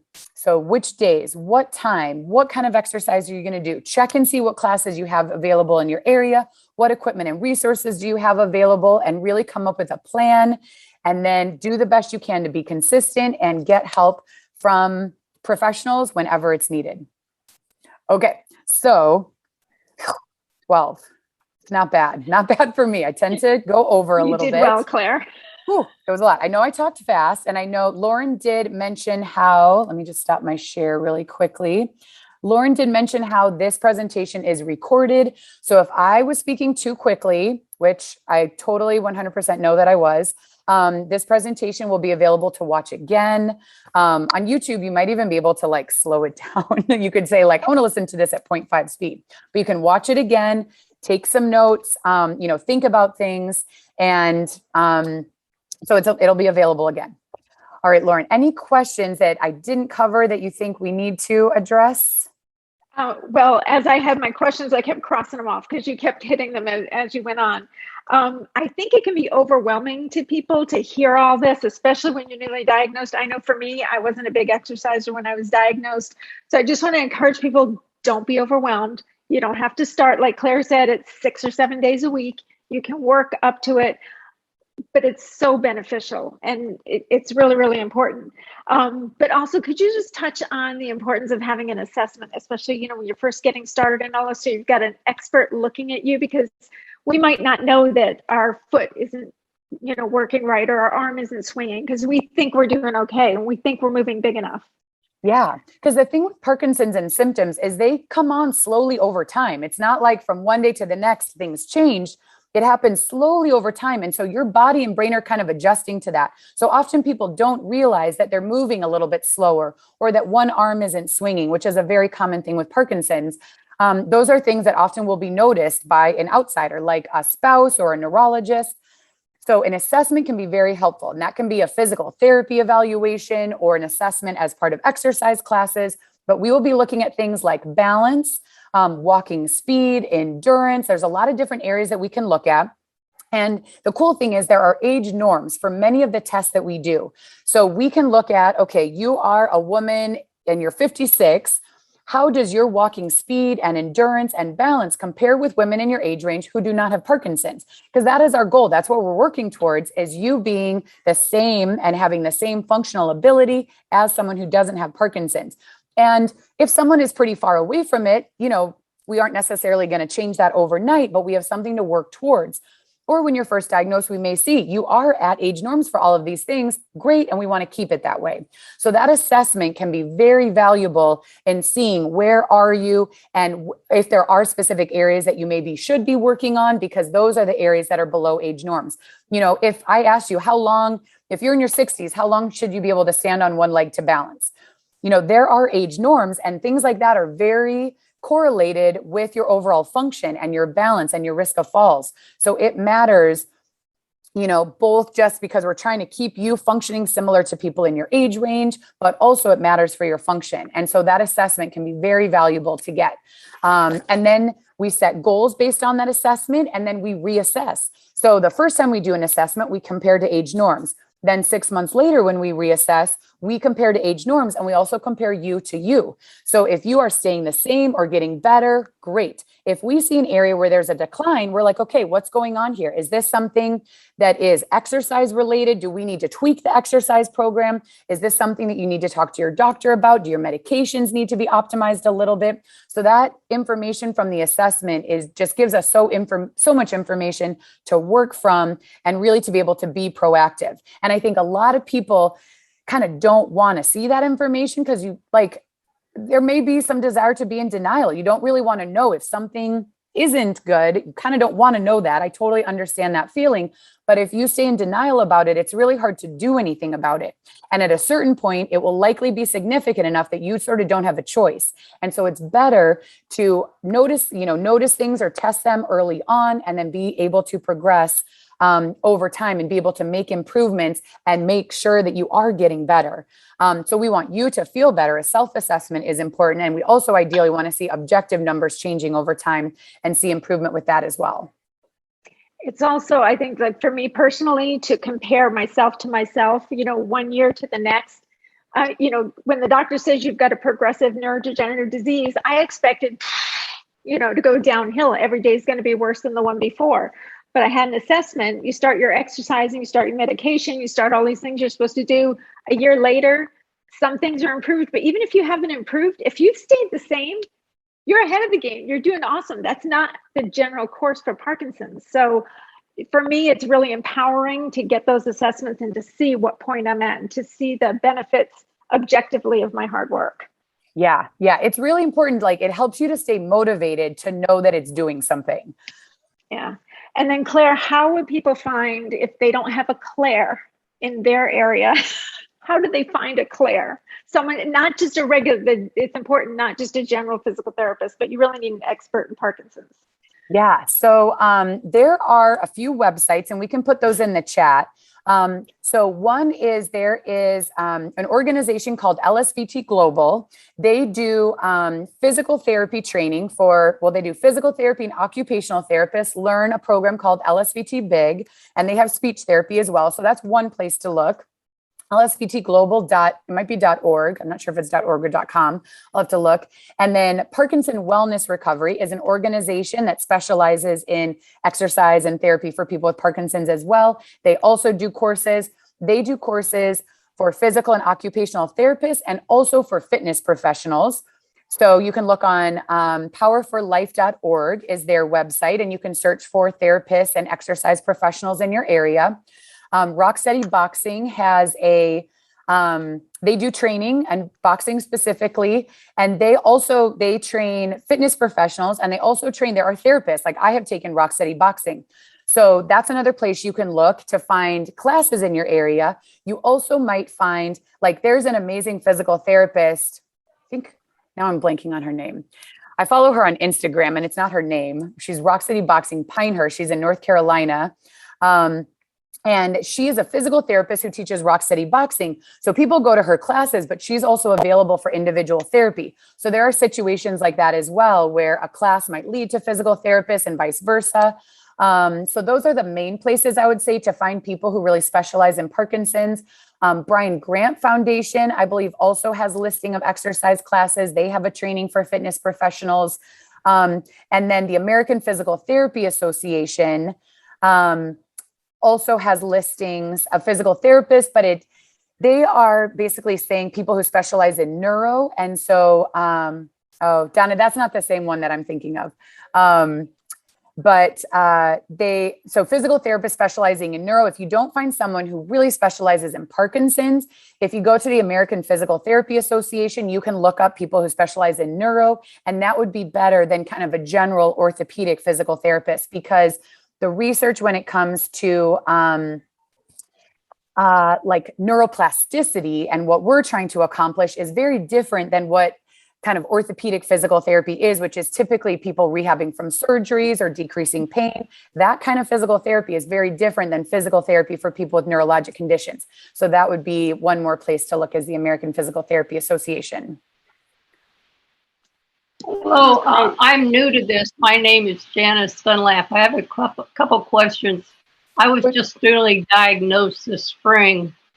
You mentioned what can you use in place of sugar for coffee, and how could I get a hold of the first speaker at 10 o'clock? Thank you. Oh, you're welcome. So we'll have a little bit more time for questions as we're wrapping up at 12:30. We have a couple more things to do now, and we want to make sure to do those things. But I'll be able to stay on for about 10 minutes after we're done at 12:30, so we can answer any other questions that haven't been addressed then. Okay, Thank you. I think we're ready to take a word from our sponsor. I feel like I'm on TV. So Yes. We were able to do this program because of a community grant from the Parkinson's Foundation. And I am so grateful to them, because I wanted to have this type of program when I was diagnosed, and now we've got it. So it's just awesome. So we've got Lauren Williamson with us, and she is our Orange County person from the Parkinson's Foundation. She's going to talk to you a little bit about the foundation and some of the resources they have to offer. Hi, Lauren. Hi, everybody. Can everyone hear me okay? Mm-hmm. Good. Well, thank you so much for having me. We Maybe, are so Lauren, just speak up a little bit louder if you could. Sure. We are so thrilled that with our community grant, we were able to partner with people like Lauren and Claire to put on these programs and bring more resources and availability of information to the community. So I just want to share my screen with you guys and share a little bit about the foundation for those of you that don't know about the resources that we have available and things that we can do to help support you, whether you are newly diagnosed or later on in your diagnosis or caring for somebody who has Parkinson's. We have a wide range of things that we provide and do to help support your journey. So let me see if I can screen share. Okay, can you guys see my PowerPoint? Okay, perfect. So as the other Lauren mentioned, my name is Lauren and I am the development manager for the Parkinson's Foundation. I am based here in Orange County, though we have staff across the country. So I know that not everybody on the call today might be in Orange County. If you are not, there is a very great chance that there is a staff person wherever you are located as well. I'd be happy to help connect you with a local staff person if you need that. At the end, I'll copy and paste my phone number and email address into the chat if anybody wants to try to reach out. I would be happy to connect with anybody. I see my chat blinking at me. I don't know if someone's asking. Claire or Lauren, would you mind letting me know? Okay. Yeah, you're okay. Well, if there's any questions, we'll ask at the end. Okay, perfect. So for those of you that don't know, the Parkinson's Foundation is a national nonprofit organization serving people with Parkinson's disease. Our mission is to make life better. So we do focus on advancing research toward a cure, but we also have a very heavy focus on improving care and resources and education to make your life better now. We really pride ourselves on also partnering a lot with the Parkinson's community to make sure that we're hearing the needs of what people want and what people need. Our goals are to improve care for everyone, to advance research toward a cure, and to empower and educate our global Parkinson's community. We feel that the more educated you are, the more empowered you can be to take charge of your diagnosis and live your best life. Like I said, we are across the country and we are broken down into 5 different regions. And we are the California chapter here. So the reason why we break down into regions and then chapters smaller than that is so that we can really address local needs. So we try to do things like local community grants and local programming because every community needs something different based off of what is available. So part of what we like to do is really assess what the local community is asking for and help fill any gaps and make sure that we are doing that in partnership with the Parkinson's community wherever we're located. So on the screen here, you'll see a few different pictures. These books right in the middle are what we kind of refer to as, you may have heard them referred to as our rainbow books or our topic specific books. Because everybody's Parkinson's diagnosis affects each person very differently. What might be a symptom for one person may not be a symptom for another. We have probably about 15 different books that cover different topics. So you'll see a sample of them here in the middle. We have many more, such as speech and swallowing, one about fitness and why physical fitness and exercise matters, as Claire has already dug into, and a variety of other things. We also offer these books in other languages. And the wonderful thing is that these are all offered for free. So if you are interested in getting your hands on any of these books, they are available to you at no cost. You can order them through our website, which will be listed at the end of the presentation here. We also have a toll-free 800 number that I'll include at the end as well. And they're just really wonderful to have. They are written to be easily digestible by people who are not doctors. So just, everyday layperson terminology. And they can help navigate a lot of different symptoms and a lot of different aspects that come with being diagnosed or caring for somebody who has been diagnosed.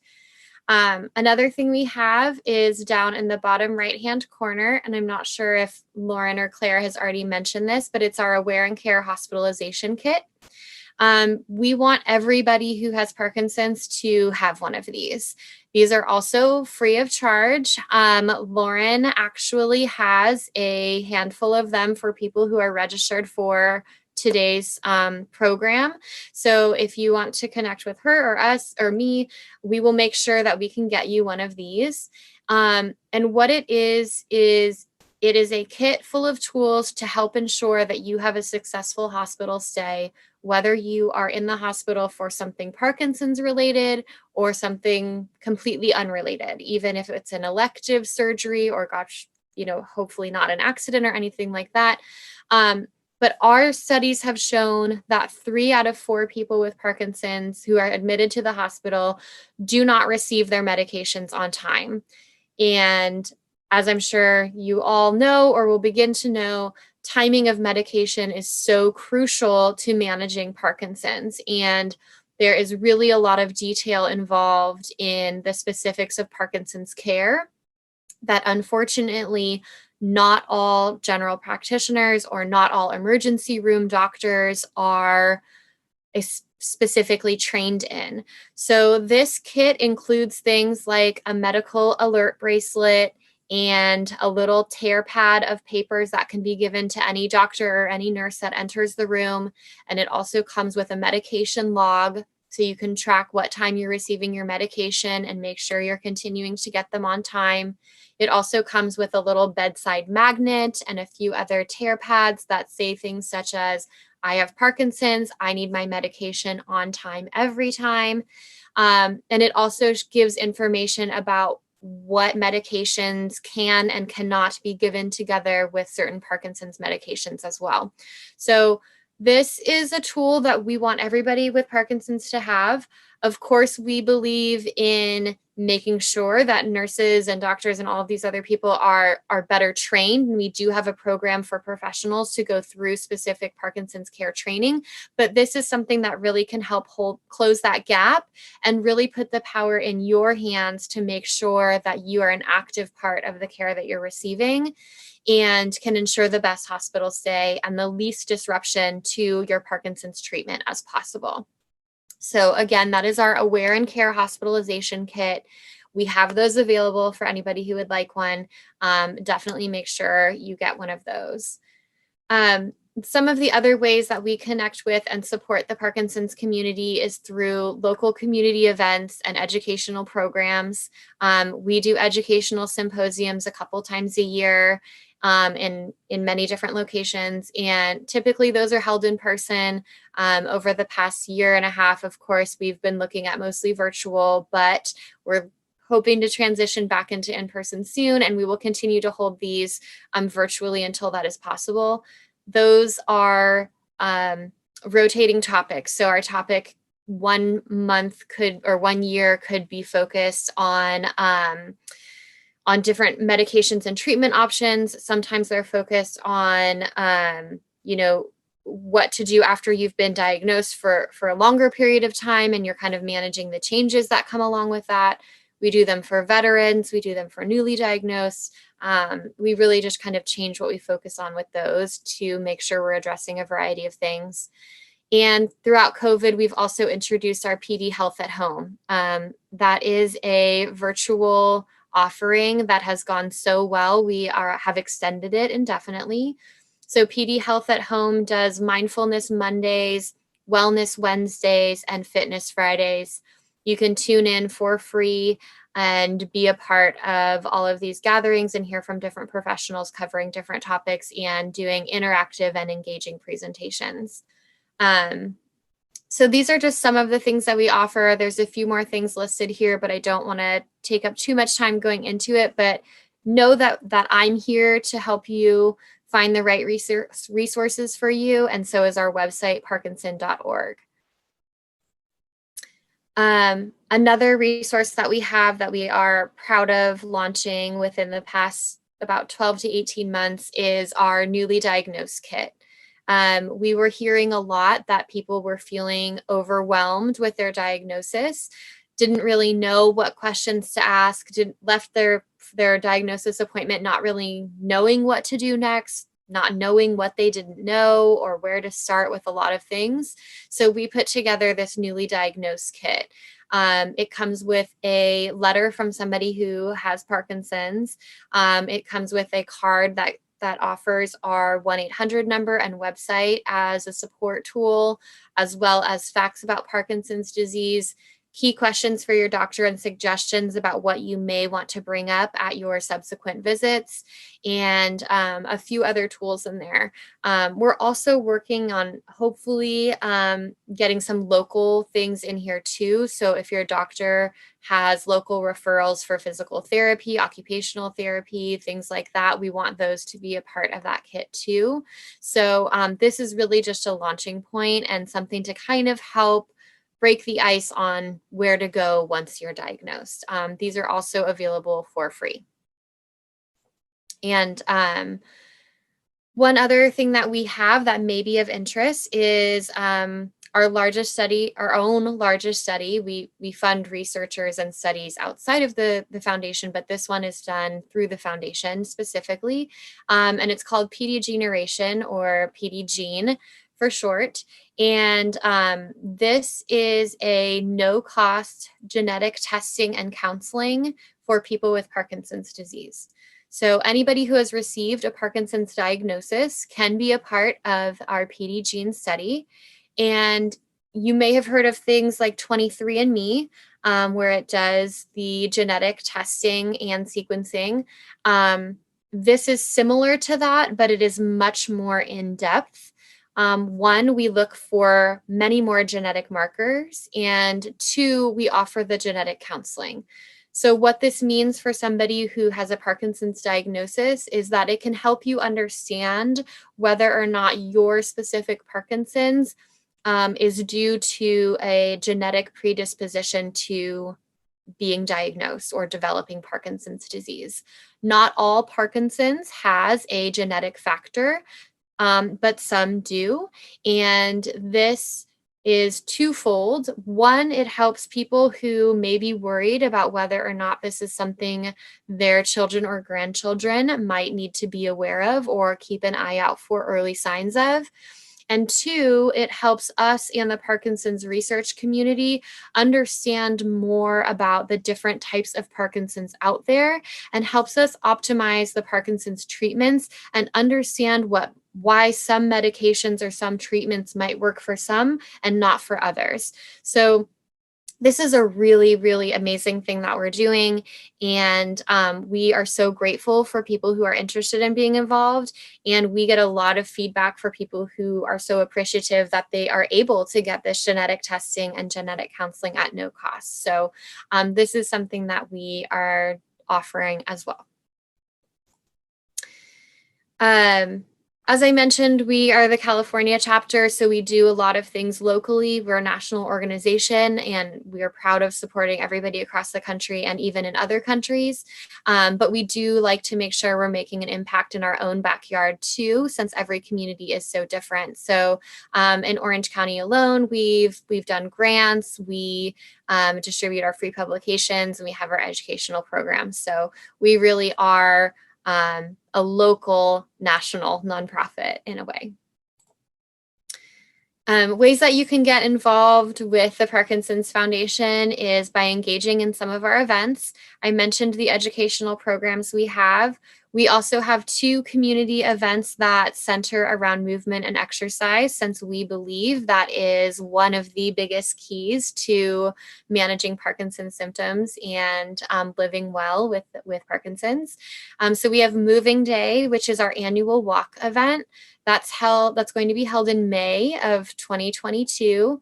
and we get together to participate in a 5K or whatever length you're comfortable with walk to generate awareness, to build education for people around the event, around the disease, and bring together local resources. So we'll have exhibitor booths with people like Lauren from PD Buzz and Claire from Rogue, doctors' offices and medical facilities, as well as pharmaceutical companies and other people that help provide resources and information for people with Parkinson's. And it's really just a wonderful day. We are very excited. As of now, we are back in person. Let's hope that that does not change. We are announcing our venue in the coming weeks, but it will be on a Saturday morning in May for moving day. And then we also have Parkinson's Revolution, which is a little bit more of a high intensity workout with an indoor cycle spin class. And we will be having that for our second year in Orange County in February. So I encourage you to get involved in one or both of those. It's a great way to get that exercise in for your week, but also to meet other people and to see the community in Orange County really come together. You'll meet other people with Parkinson's or other care providers and really just build up that support network and maybe learn something that you haven't heard yet. So I encourage you to do that. And then I'll just leave this up while I finish up and see if anybody has any questions. Our website is parkinson.org. We have a plethora of information on there, just webinars and online versions of those publication books I talked about, people sharing their PD stories, and just a whole bunch of things on there. So you can check out parkinson.org for anything you may need from the foundation. Parkinson.org/California. We'll talk about things we have going on locally. So it'll list our California events that are coming up and California resources. And our helpline. Our helpline is so amazing. It's staffed by professionals. You can call with pretty much any question under the sun, whether you're looking for a referral, whether you have questions about your diagnosis or medication that you're on, insurance questions, because insurance can be so tricky. It's staffed by social workers, registered nurses, just a whole bunch of really wonderful and caring people willing to help with anything that they can. So write down our website, write down our phone number. My email address is on the bottom. I'm here in Orange County, happy to help, happy to talk, and happy to connect anyone with the foundation if you are not in Orange County with somebody who is near you.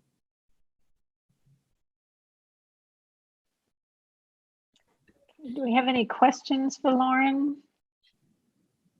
I can say I participated in the PD gene testing. It was simple to do. It was virtual. I did a session at home online, swabbed my cheeks, sent it in. About 6 weeks later, I had a session with a genetic counselor. Absolutely no charge. It was great information to have. And helping researchers in the future. So something for everyone. Let me just look here real quick and see if we have any questions specifically for you, Lauren. Yeah, I didn't see any questions come in. I think it was very clear, Lauren, in terms of what you were covering. Well, so thank you so much for having me and for putting on this really amazing program for everybody. Well, thank you guys, and thanks to the foundation.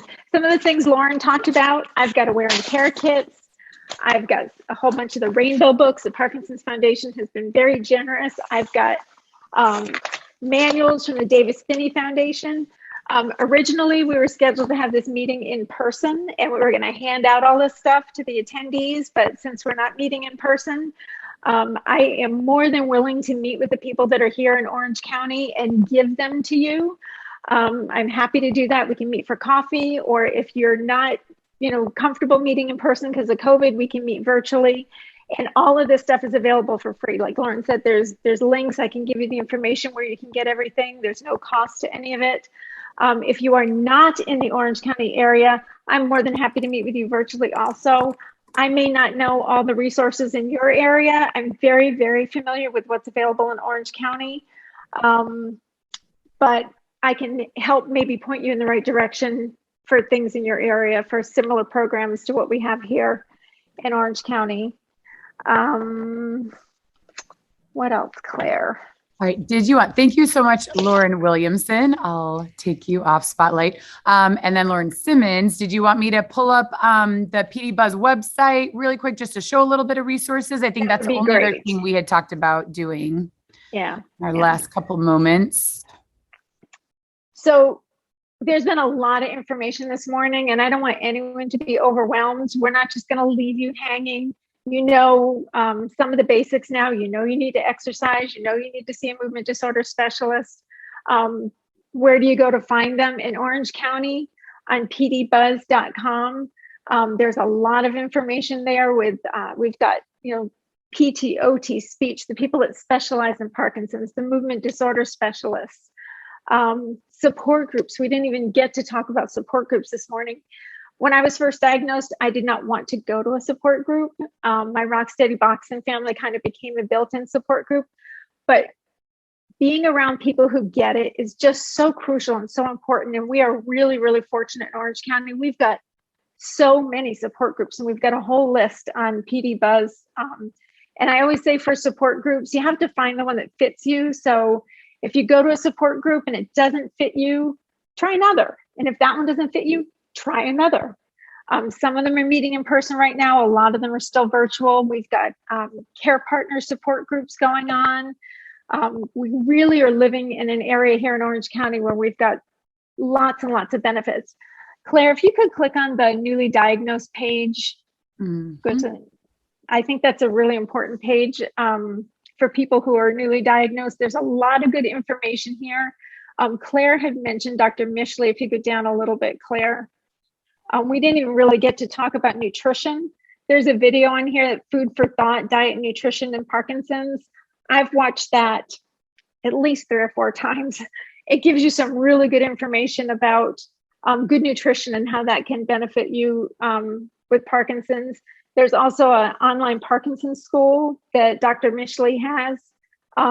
It's not free, you do have to pay for it. She often has promotional codes that go out, but it's hours and hours and hours of videos on every subject from, you know, some of the things we talked about today to marijuana, to constipation, to, you know, your gut health and nutrition and different kinds of medication. It's very, very thorough. So I highly recommend that.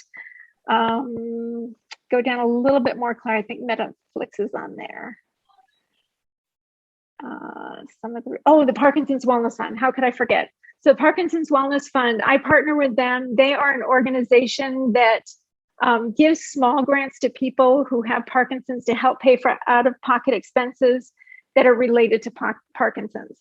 So if you needed help paying for your fitness classes, or if you needed help paying for a wheelchair, things like that, the Parkinson's Wellness Fund will give small grants to help people pay for that. They don't give huge grants. They're not going to pay for DBS surgery, but it's definitely something. Every penny counts, and Parkinson's can be an expensive disease to have, but it's manageable.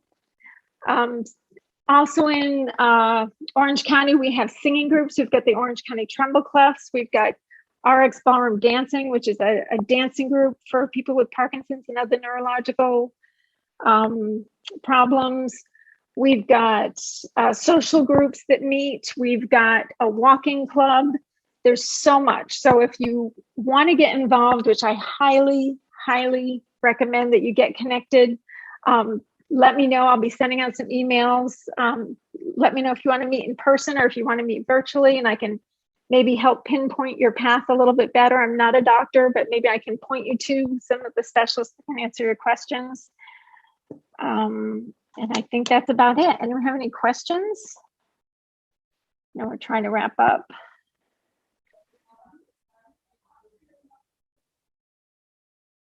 All right. Yeah, I think people have the website, can go kind of click around, see what is there, and just digest some of the information from today. And we'll post this video on YouTube, and then we'll email out the recording so that if anybody wants to rewatch a section, you can do so. And then, yeah, I think that's good for today then. Thanks. Thank you, ladies. You did a wonderful job as usual. Thank you so much. Thanks for coming, everyone. And I'm going to stop the recording, but I'll stay on for another like 5 minutes if there are any other questions. So I'm going to stop the recording. Thank you.